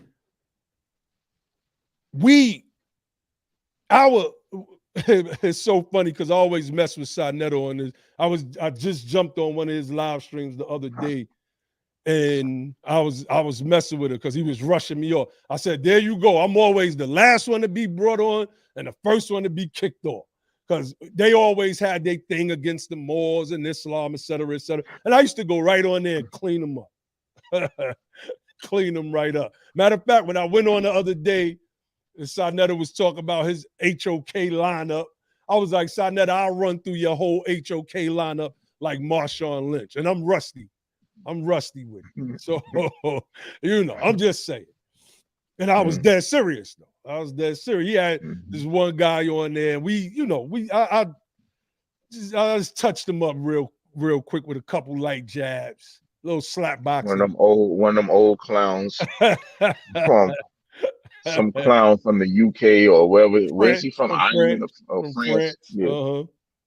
All up in American freedmen business. That's one of the things that always bugged me out about the House of Consciousness and even certain Moors, right? Like them Canaan land dudes. Is like you get all of these foreign people all up in our business. That's right? And you see that now even more clearly. The further we moved into the reparation space, it became even more clear for other people. They're like, yo, all these foreigners feel like they have the right to be all up in our business. So that was my thing. That's something that I discovered actually a few years back when I was going back and forth with the Cujo dude from Canada. And I was like, Canadian. You're a Canadian. You're not even an American citizen. Like, why are you all up in our business like that? Like, who does that? That's right. Who sits around worrying about the affairs of the citizens of some other country? That's right.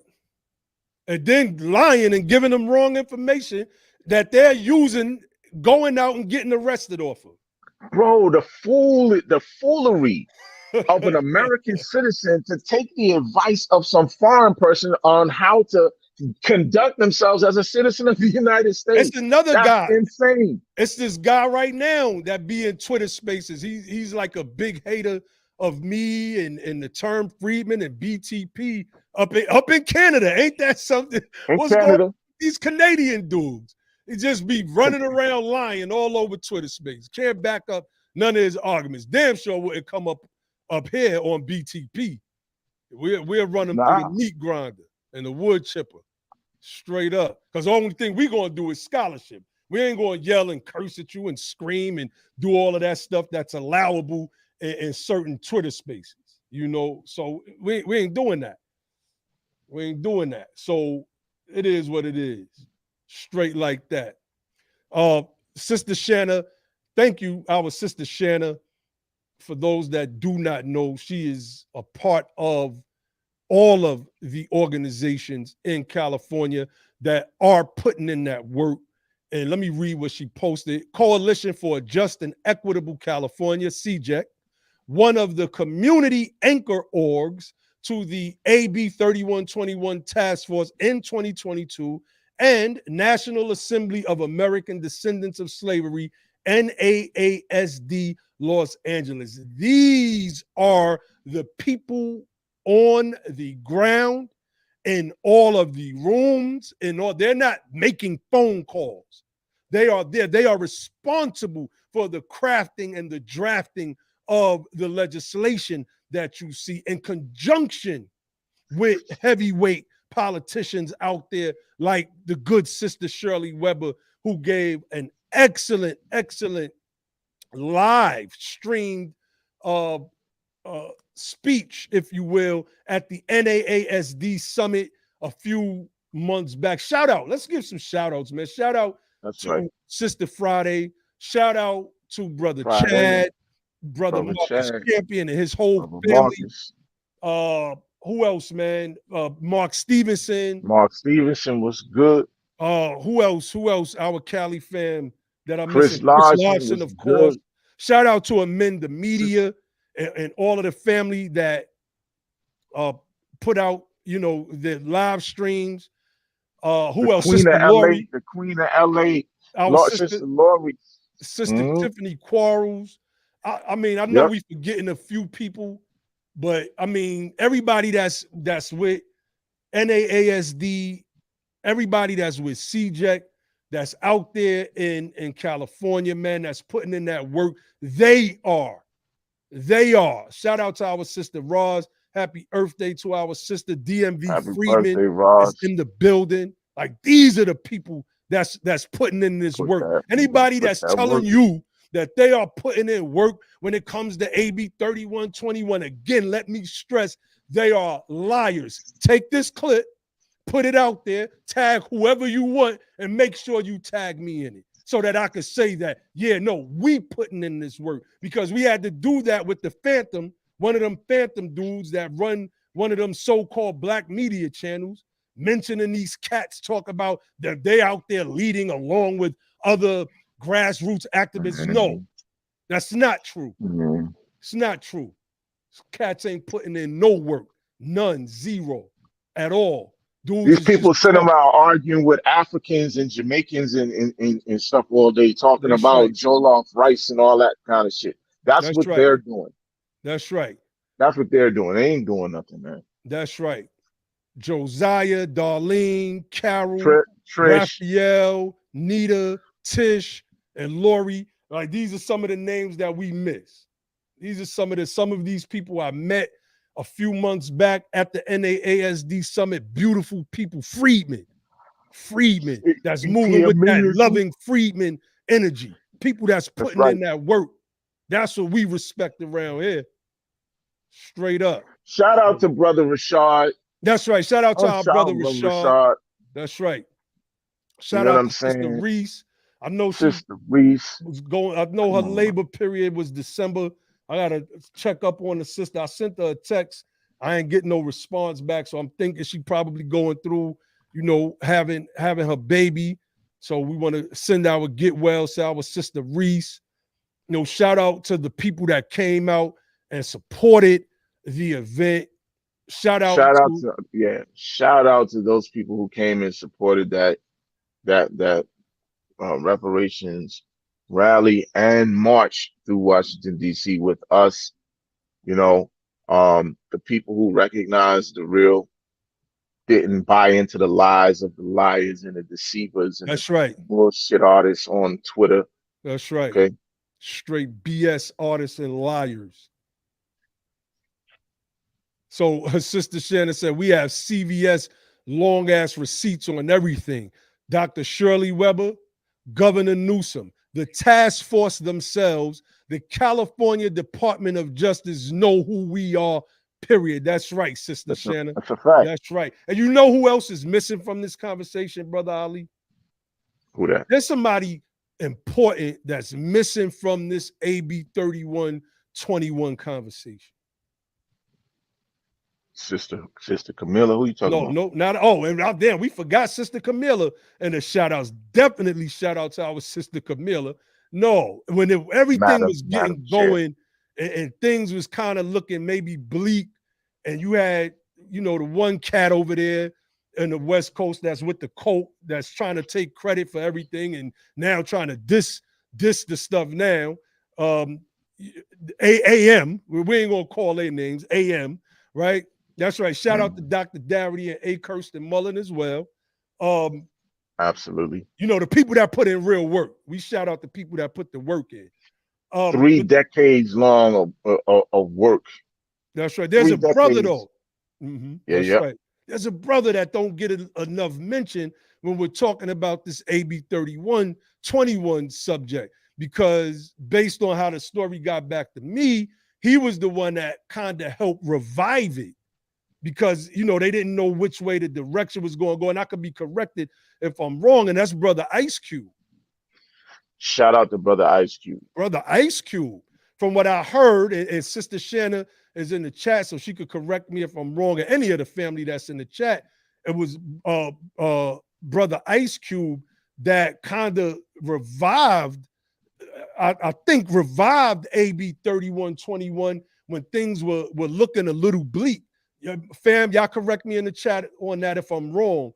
But I know that initially Brother Ice Cube had a lot to do with helping to just get some motion and traction on that thing. Get it over the goal, give it over the goal line, man. That's right. That's right. You know? Let me see. Okay, yep. Sister Shannon said yes. Ice Cube helped put pressure on Gavin to sign it into law. You know, and that's another brother that don't get a lot of mention that's on the West Coast. That you don't hear him. All right, we got our brother DP. We know who DP is. Shout out to the U.S. Freedmen Project and our free New York Freedmen, of course. Shout out to the New York Freedmen. That's right. You don't hear Ice Cube. I don't think I've ever heard once Ice Cube get on a platform and say, and he's out there in California, well, if it wasn't for me, come on. If it wasn't for me, I'm the one. I was the one that was making sure the language was right and all this other stuff. You hear these liars be saying. That thing would never get signed into law if it wasn't for me. And he has every right to say it. Right? He has every right to say it. If it wasn't for me, I'll never hear him taking credit for it. You know, ain't that something? Ain't that something? That's yeah. That's unlike something. That fake traffic attorney out there that be babbling. They posted, I don't know if it was Chad or Tiffany, I think, posted a clip. And I listened to that shit like 3 or 4 times. And I'm like, yo, I don't understand what he's saying, man. I don't even know what he's talking about. Me neither. I have no idea what he's talking about. It seemed like that brother is going through some bad health issues. It sounds like he may have had a stroke or something. And, you know, we're not going to get on him on that. But for what he was saying, it just sounded like he was just babbling. I'm like, what is this? I had the same reaction. I'm like, what is this guy saying? Is he just hating on? Well, he's been hating. Yeah. You know. Yeah. We had the 2-hour mark, bro. All right, yeah, we're gonna shut it down. We're gonna start winding down. Sister Shannon says, shout out to Tiffany for making that connection to get Ice Cube on board and helping us in this fight to put that pressure on. That's right. Shout out to our sister. I was joking after the NAASD summit. I was like, we was at the Airbnb. First, I said it at the restaurant. Then we was at the Airbnb. I was like, the United Sons and Daughters of Freedmen would like to propose a trade. We want to make a trade for Sister Tiffany. They was like, who we gonna get? I was like, we'll give y'all grip. Sharp as a whip. And he will put some work in on somebody if needed. You know, it was a lighthearted joke, but it just hearing all of the work that this sister has put in on behalf of the Cali fam and NAASD across the country. Come on, man. Reading the legislation of the Repair Act that brothers like Mark Stevenson out of Ohio with his Georgia roots helped draft up. We got to give the props where the props is due to those reparationists who are on the ground leading the way. And we at BTP, we don't have large platforms, right? We can't just go on the Breakfast Club like Umar pulled the whole flex on me, right? Umar was like, okay, Lord Abba, you making viral tweets about and debunking me about the stuff that I said. Now I'm going to pull a move on you and go on the Breakfast Club. You can't reach this rarefied air, but I can. Only thing we could do is put the truth out there, fam. And we feel that the right people are listening, and Umar is still catching the heat from that nonsense because other content creators are jumping on and they're giving him the business. All of you obstructionists is going to be moved up out the way, and we here for it. We here to take all the darts, arrows, whatever, and we doing our own work behind the scenes that we would never tell none of these snakes about, because we have to be real. It's a lot of snakes and scorpions out there that are lying, that's spitting venom and trying to sting people at the same time with their nonsense and trying to take credit so they could be the look at me type of people as if they leaders, but not really the leaders on some. Man, these people is garbage to me, fam. Straight like that. And it is what it is at this point. It is what it is. Like, that's right, Sister Shannon. We doing this ancestor work. No egos here. We have love for one another and our freedmen people. Our brother DP says, when you ain't doing real work, you got to take credit for work that has been done or that was done, so that you have to take credit for work that was done that you have to stretch to be connected to. That's right. That's right. Shout out, Brother Looney. That's right. Sister Ross said, I'm exposing these snakes. We see you out there, Sister Ross, going in. We definitely see you. We definitely see you. BTP does the work, and we are definitely humble. Our Sister Shannon said, I'm going to have a bowl of grits for breakfast in honor of that running egg all over Umar's face. F out of here. That's right. That's right. Like, we ain't trying to hear none of these so-called thought leaders with these big platforms that's trying to be the attention of everything while real work is going on. Y'all dudes could kick rocks, every last one of y'all. And I'm here. What? Say my name. So, fam, you know, we was hoping to have a discussion. We was hoping to have a discussion with some of the Moorish brothers. You know, the brother claimed that he couldn't get on. And, you know, I don't know, that happens sometimes with StreamYard. It seemed like they perfected it over the past year or so. I've not had anyone having any problems being able to get on, but it happens. It happens. We were able to address some of their comments, and we would hope that these Moors would come and build with us. You know, we were hoping that these Moors would come build with us. We were hoping that, and we're hoping that they would come build with us in the future so that we could get it right and that we could understand the moment that we're in and contribute to what's being said at the task force, because I still consider myself a Moor, point blank, period. And I got to put this out there because I'll be seeing a lot of the attacks and I ignore them. On my scholarship on the Moors and Islam is unfuckwittable. So you could bring all of your so-called leaders or thought leaders, these people that y'all think are historians to me, I will chew these dudes up on a bad day. On a bad day, family. Bring them to me, because they don't even have the books that I have at all. And I know they've not read none of the scholarship that I've been reading for the past 12, 13, 14 years. Straight There's up. a book I want to show them before you close out. I know we showed them this before, but it's an important book Yeah. Pull based that on the up. topic. Pull that up, bro.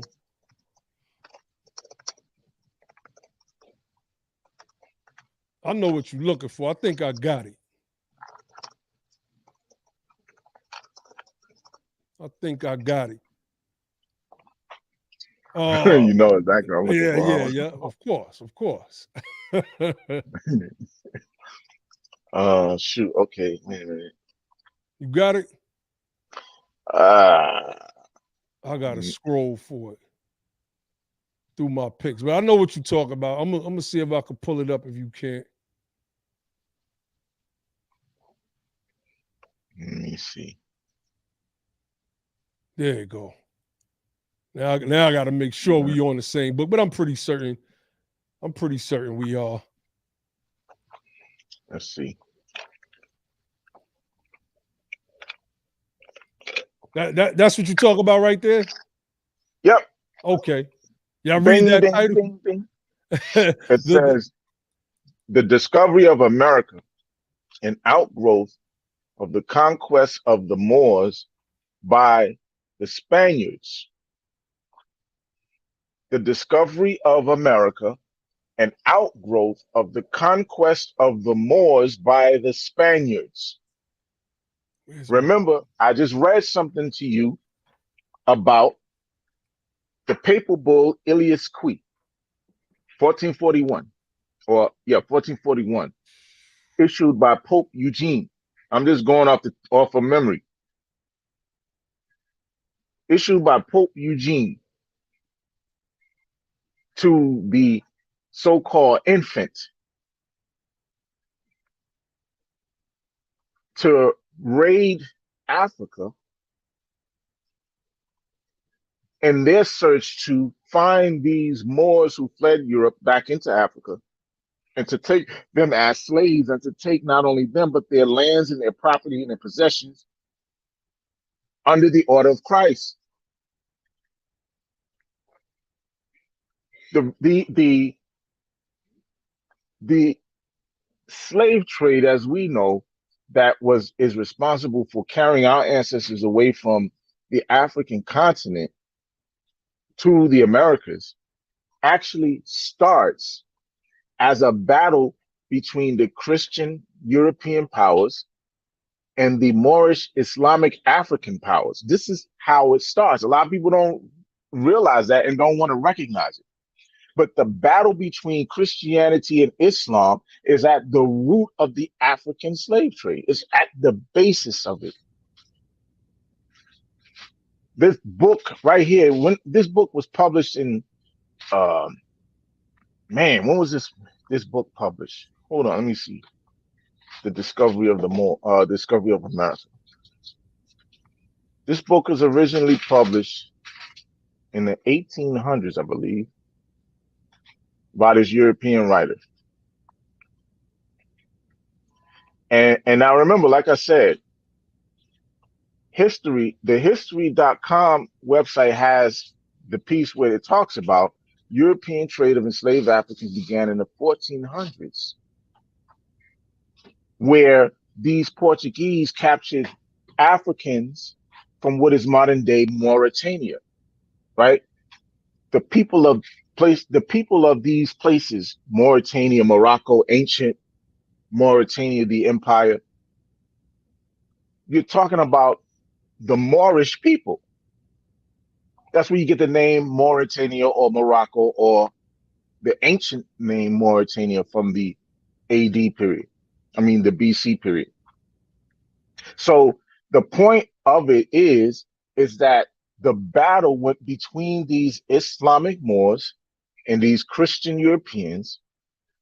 The fight that occurred between these two groups is at the core or the foundation of what became known as the slave trade or the transatlantic slave trade. Because initially, these Europeans are going into Africa looking to enslave, quote unquote, Moors.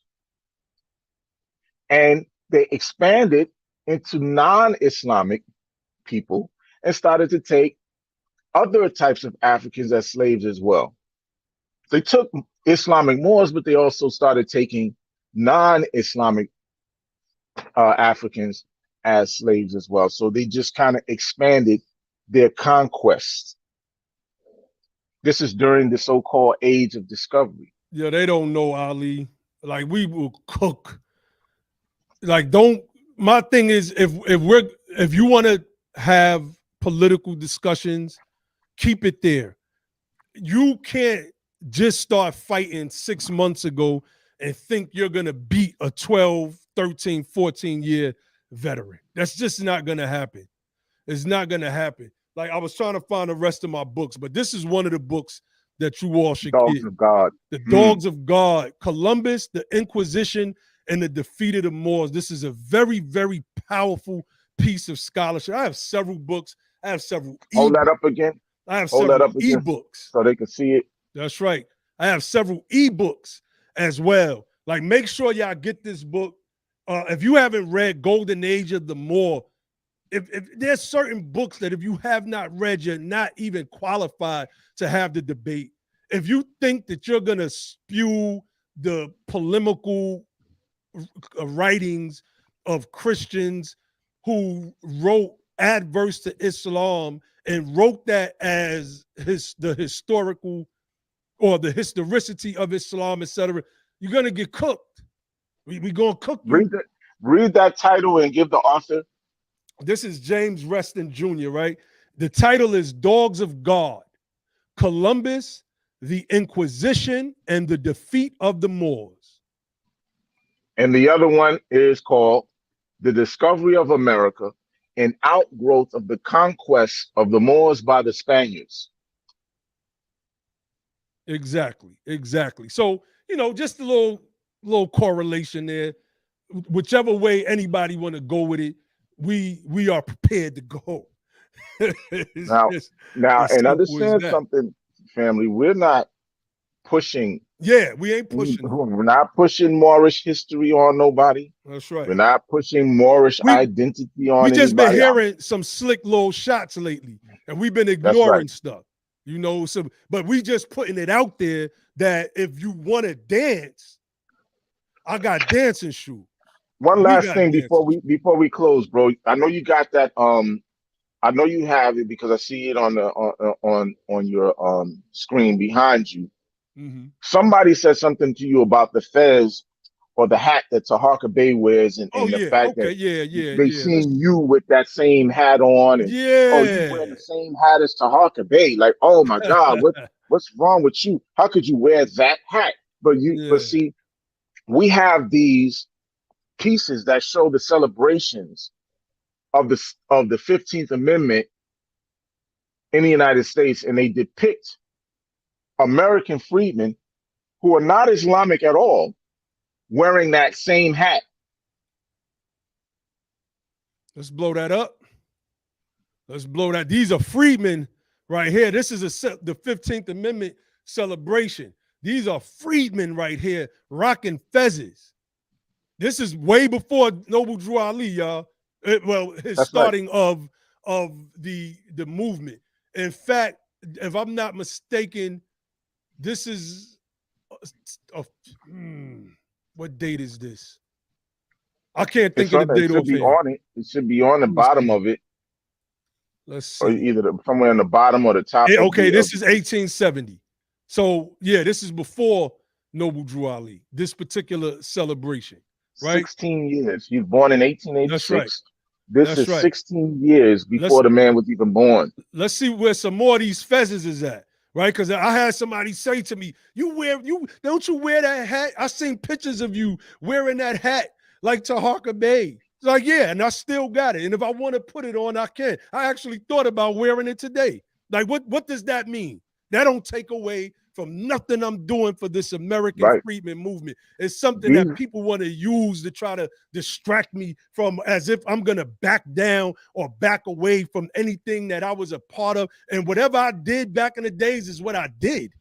It is what it is. You ain't going to hold me against it. And It's not bad. That's first and foremost. Secondly, like I said, if you try to come at us on a scholarship, y'all better know who them people was in this Moorish movement, because you on with two of them right now.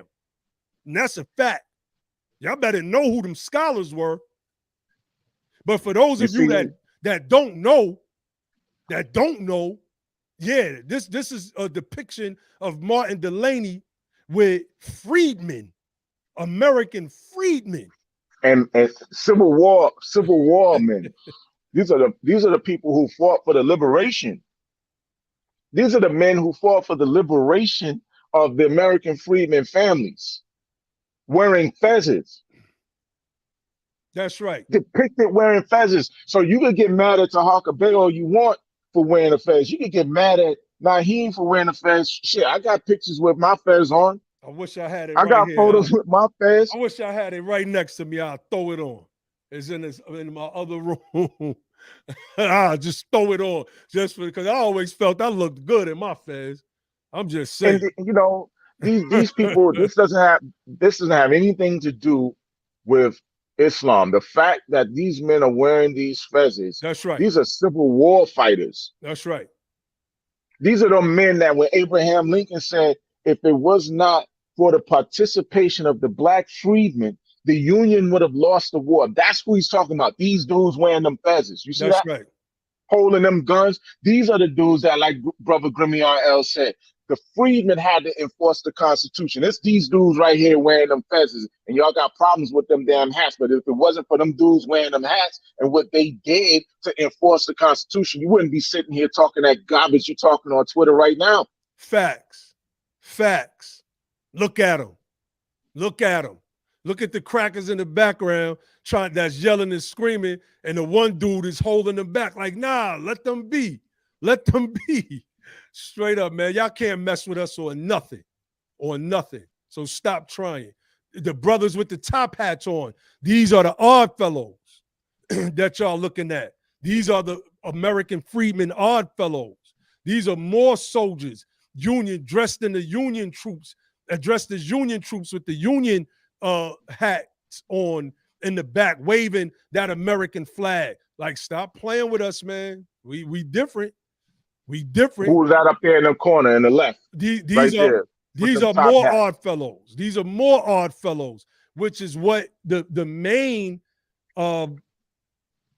secret society that the freedmen went into. Many people thought it was Freemasonry, but no, it was a lot of them went into the Odd Fellows. And that's why Dr. York probably was kind of right on some of the stuff that he was saying when he was like, some of Noble Drew Ali's iconography was based on the Odd Fellows. You know, as we got deeper into the thing, I was like, nah, York is bugging. But once we start getting into this American freedmen history, then we started to see things a little clearer. Start to see things a little more clearer. So y'all can't, man, stop it. Let us do what we do. Y'all do what y'all do, because y'all not going to defeat us in no debate. Now, y'all could make cartoons and Muppets and puppets and do all of that type of nonsense. Y'all play gonna around win with that. Elmer's glue and construction paper and all of that. You know, do your little arts and crafts. You know, and shit. do your little arts and crafts and popsicle sticks and all of that. But when it comes to this right here, we gonna mop the mollywop y'all dudes. Here go more of our freedmen. And look how powerful this picture is. More of our freedmen ancestors with the top hats on.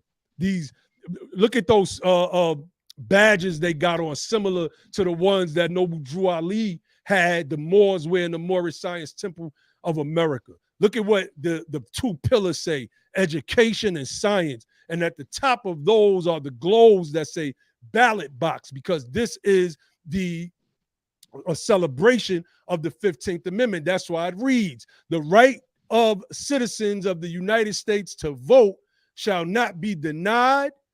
Oh, what happened? Move. You click the next to probably to the next image. Well, I did, which is so dope because it says celebration in the honor of the ratification. Like this was one of the flyers that went out for those celebrations that's in the lithograph on Tuesday evening, April 26, 1870. You see how the freedmen ancestors are working through us, fam? Stop playing with us. Y'all don't want this smoke. Y'all do not want this smoke. Not this smoke. I don't rock with none of them acronym names and letters and hashtags at all. It's American freedmen over here. And that's it and that's that. So, bro, you got any closing words before we get up out of here? Nah, not really, man. I think that we covered this stuff. I didn't, we were trying to be very respectful in terms of how we approached it. Because at the end of the day, I really, this is my true sentiment. I'm going to say this and then I'm going to leave it alone. When we first came into this reparations space around 2019, one of the main things that I wanted was to keep all of the Moorish Americans away from the reparations space. And I made that very clear to Brother Naheem, to Logic, to Josh. I made that real clear. Like, I don't want the Moors, particularly the Moors, anywhere near the reparation space. And my reasoning for that was because I already knew the type of information the Moors had and what it is that they push. And I said, that is contrary to where we need to go right now. It is what it is. Just like the brother made the comment that the information or the stuff that they talk about on the House of Consciousness is irrelevant in this particular space. Same holds true for much, not all, but much of what the Moors talk about, specifically from the context in which they're talking. They don't know how to properly contextualize the information that they have. And I'm going to say this, many Moors have a lot of information that the average person doesn't have. I'll say that as well. But they don't know how to properly contextualize it in order to use it to move anything forward, particularly in the reparation space. They don't know how to use it. They don't know how to apply the information that they have. So it's misapplied, and oftentimes they're pushing something into, it's like a square peg in a round hole kind of situation. Not that a square peg is a bad thing, right? A square peg is a useful thing if you use it at the right place in the right time in the right hole. But That's right. What they do is they try to force fit all of this stuff because they want the Moorish information to be relevant. They want Noble Drew Ali to be right about everything he said in every instance of American society and application, and it just doesn't always fit. So my thing was for us to get to help move the reparations thing forward, and then provide a certain level of information, and then maybe we can start bringing some of those brothers and sisters along from the Moorish movement once the clarity is provided, and we can show that there's a unification between us and the rest of the family who are the main advocates in the reparation space. And building that kind of coalition and showing them that, because Moors have a tendency in many instances to be very adversarial to people who identify themselves as Blacks or African Americans. And so because of that, that's why I didn't want them in the space. I'm like, they're too adversarial. Their positions are too anti where it is that we need to be. So we need to bring this stuff together in a way where we can show some true cohesion, so show some true intelligence, show true knowledge, wisdom, and understanding, and then try to start maybe incorporating certain people into it. Otherwise, I'm like, if you can't fit into what it is that the creative minority has put together, if you can't fit into that, then I would rather you stay away. That's just my personal opinion. That's right. That's right. And before I got to give a shout out to John Brown. I like when I'm running through freedmen history and I think about some of the European Americans that stood tall for us. One I can think of in the Congress is Thaddeus Stevens, right? But no one gets more props than John Brown. Who? And John Bingham. don't know, bro. I'm reading Foner's is second founding, bro. I don't know. We got to talk about. We'll talk about that offline. We'll talk about I that. know. I was just Yeah, going by what it is that he wrote. I know, but there's some other stuff with Bingham. I'm like, oh, because we didn't know. Look, I Mhm. know what you're saying because I've Mhm. seen some of that. I just think that you have this thing with the interesting, like because even with Abraham Lincoln, right? Mhm. There was this thing where it was like a this and a that. It's like a this and a that at the same time. It's that weird kind of thing where these people were you had these amazing points, and then you had these other points that were just like, oh my God, well, why did he take that position? You know what I mean? So even with, like I said, even with Abraham Lincoln, where people often pull up, if I could have saved the Union without freeing the slaves, I would have. Right. Mhm. So you see these kind of weird kind of positions, even though these people did do certain things that we can consider, historically as amazing. Like, that was very, very important for our progress and moving forward in liberation. But I understand what you're saying about John Bingham because I've Yeah. seen some of the And stuff. I forgot to get up with you about it because I was like, oh, because we hold him in a high regard as well. But I was like, oh, I gotta tell Ali about this one, and I just forgot all about it until just now. But I want to say that John Brown put that work in for real. That's a fact. There's a Oh, book. show my tweet. Show my tweet. Which one? Show my tweet. Oh yeah, that's right. That's right. Before we get off of here, um, Mm-hmm. like we gotta. Malcolm X was asked when they were having the Pan African convention. It was one of them Pan African conventions. How do I?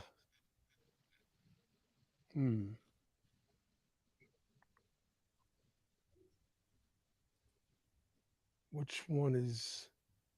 There we go. At the Pan African convention, Malcolm was asked the question, and of course the white reporter asked, "Are there any white people invited, Malcolm?" And he said, if John Brown was still living, he might Mm-hmm. be invited. That's like because Malcolm understood and knew the history of this man. So we give him honors over here, and we want to pull up. Oh, you got it up already. Mm-hmm.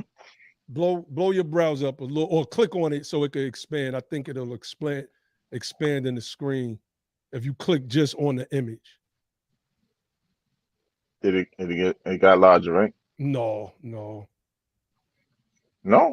Mm-mm. Let me see. I can see it good.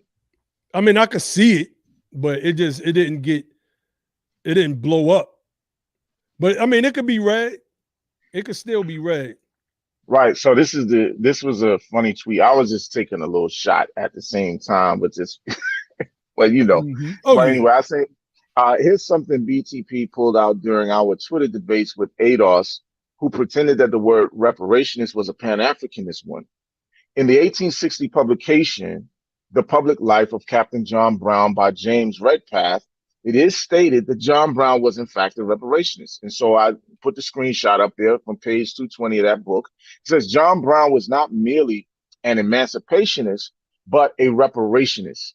He believed not only that the crime of slavery should be abolished, but that reparations should be made for the wrongs that had been done to the slave. What he believed, he practiced. On this occasion, after telling the slaves that they were free, he asked them how much their services had been worth, and having been answered, proceeded to take property to the amount thus due to the Negroes. Like you took that from. Remember, it's like your big brother. It's like, yo, you took what from him? Yo, come here. Just run your pockets real quick and give it back to his little brother and some. That's what Yeah, that's the type of time John Brown was on. So he gonna always get props over here. Period. no doubt. Her OG Otis said I retweeted that as soon as I saw it. Peace, brother Fairness Lafayette Ward. We see you in the building. Peace, Muffin Nelly. 3 of them to God. Piece of Muffin Nelly, that brother right here. The I know it's that's the account, but the brother and his wife was at our rally supporting us. I really appreciate and respect y'all for that. Took us to dinner. One love to the family, man. That's family right there, yo. I mean, he took us to one of them DC spots. It's very nice, man. I appreciate it. Very nice. I appreciate the food. My food was really good. You know what I'm saying? So I try to order something more fancy. They brought me this little thing. I was like, this $30? I'm from the hood. The hood came. I was like, $30 for this? Yeah, man. You know, yes. It was nice, man. So, we had good conversation, good build. All right, Josh. Thank you. Here you go, Josh. We trying to close it out. And here go Josh. Here go Josh. Okay, Josh. We're closing it out, bro. So we're going to let you have the last word. And then we getting up off of here. Josh, you there? Yeah, I just saw y'all on, man. I was like, they still on? Well, let me go ahead and hop back on. You know, I had to 2 hours later, finish up some things, you know, around the house at the job. Gonna go another hour. Let me jump yeah. Oh, by the way, I'm just gonna say peace because my phone 1%. So I ain't got nothing, bro. All right, definitely. And also, I'm gonna just say real quick too. You know, that was in response to a bunch of trolls that we had to go at online. Ali referenced one of them trolls earlier, the one he called the dingbat. Because we coined this term reparationist, and they tried to say that we didn't coin it. And I showed the definition where it said to coin something doesn't necessarily mean to originate it.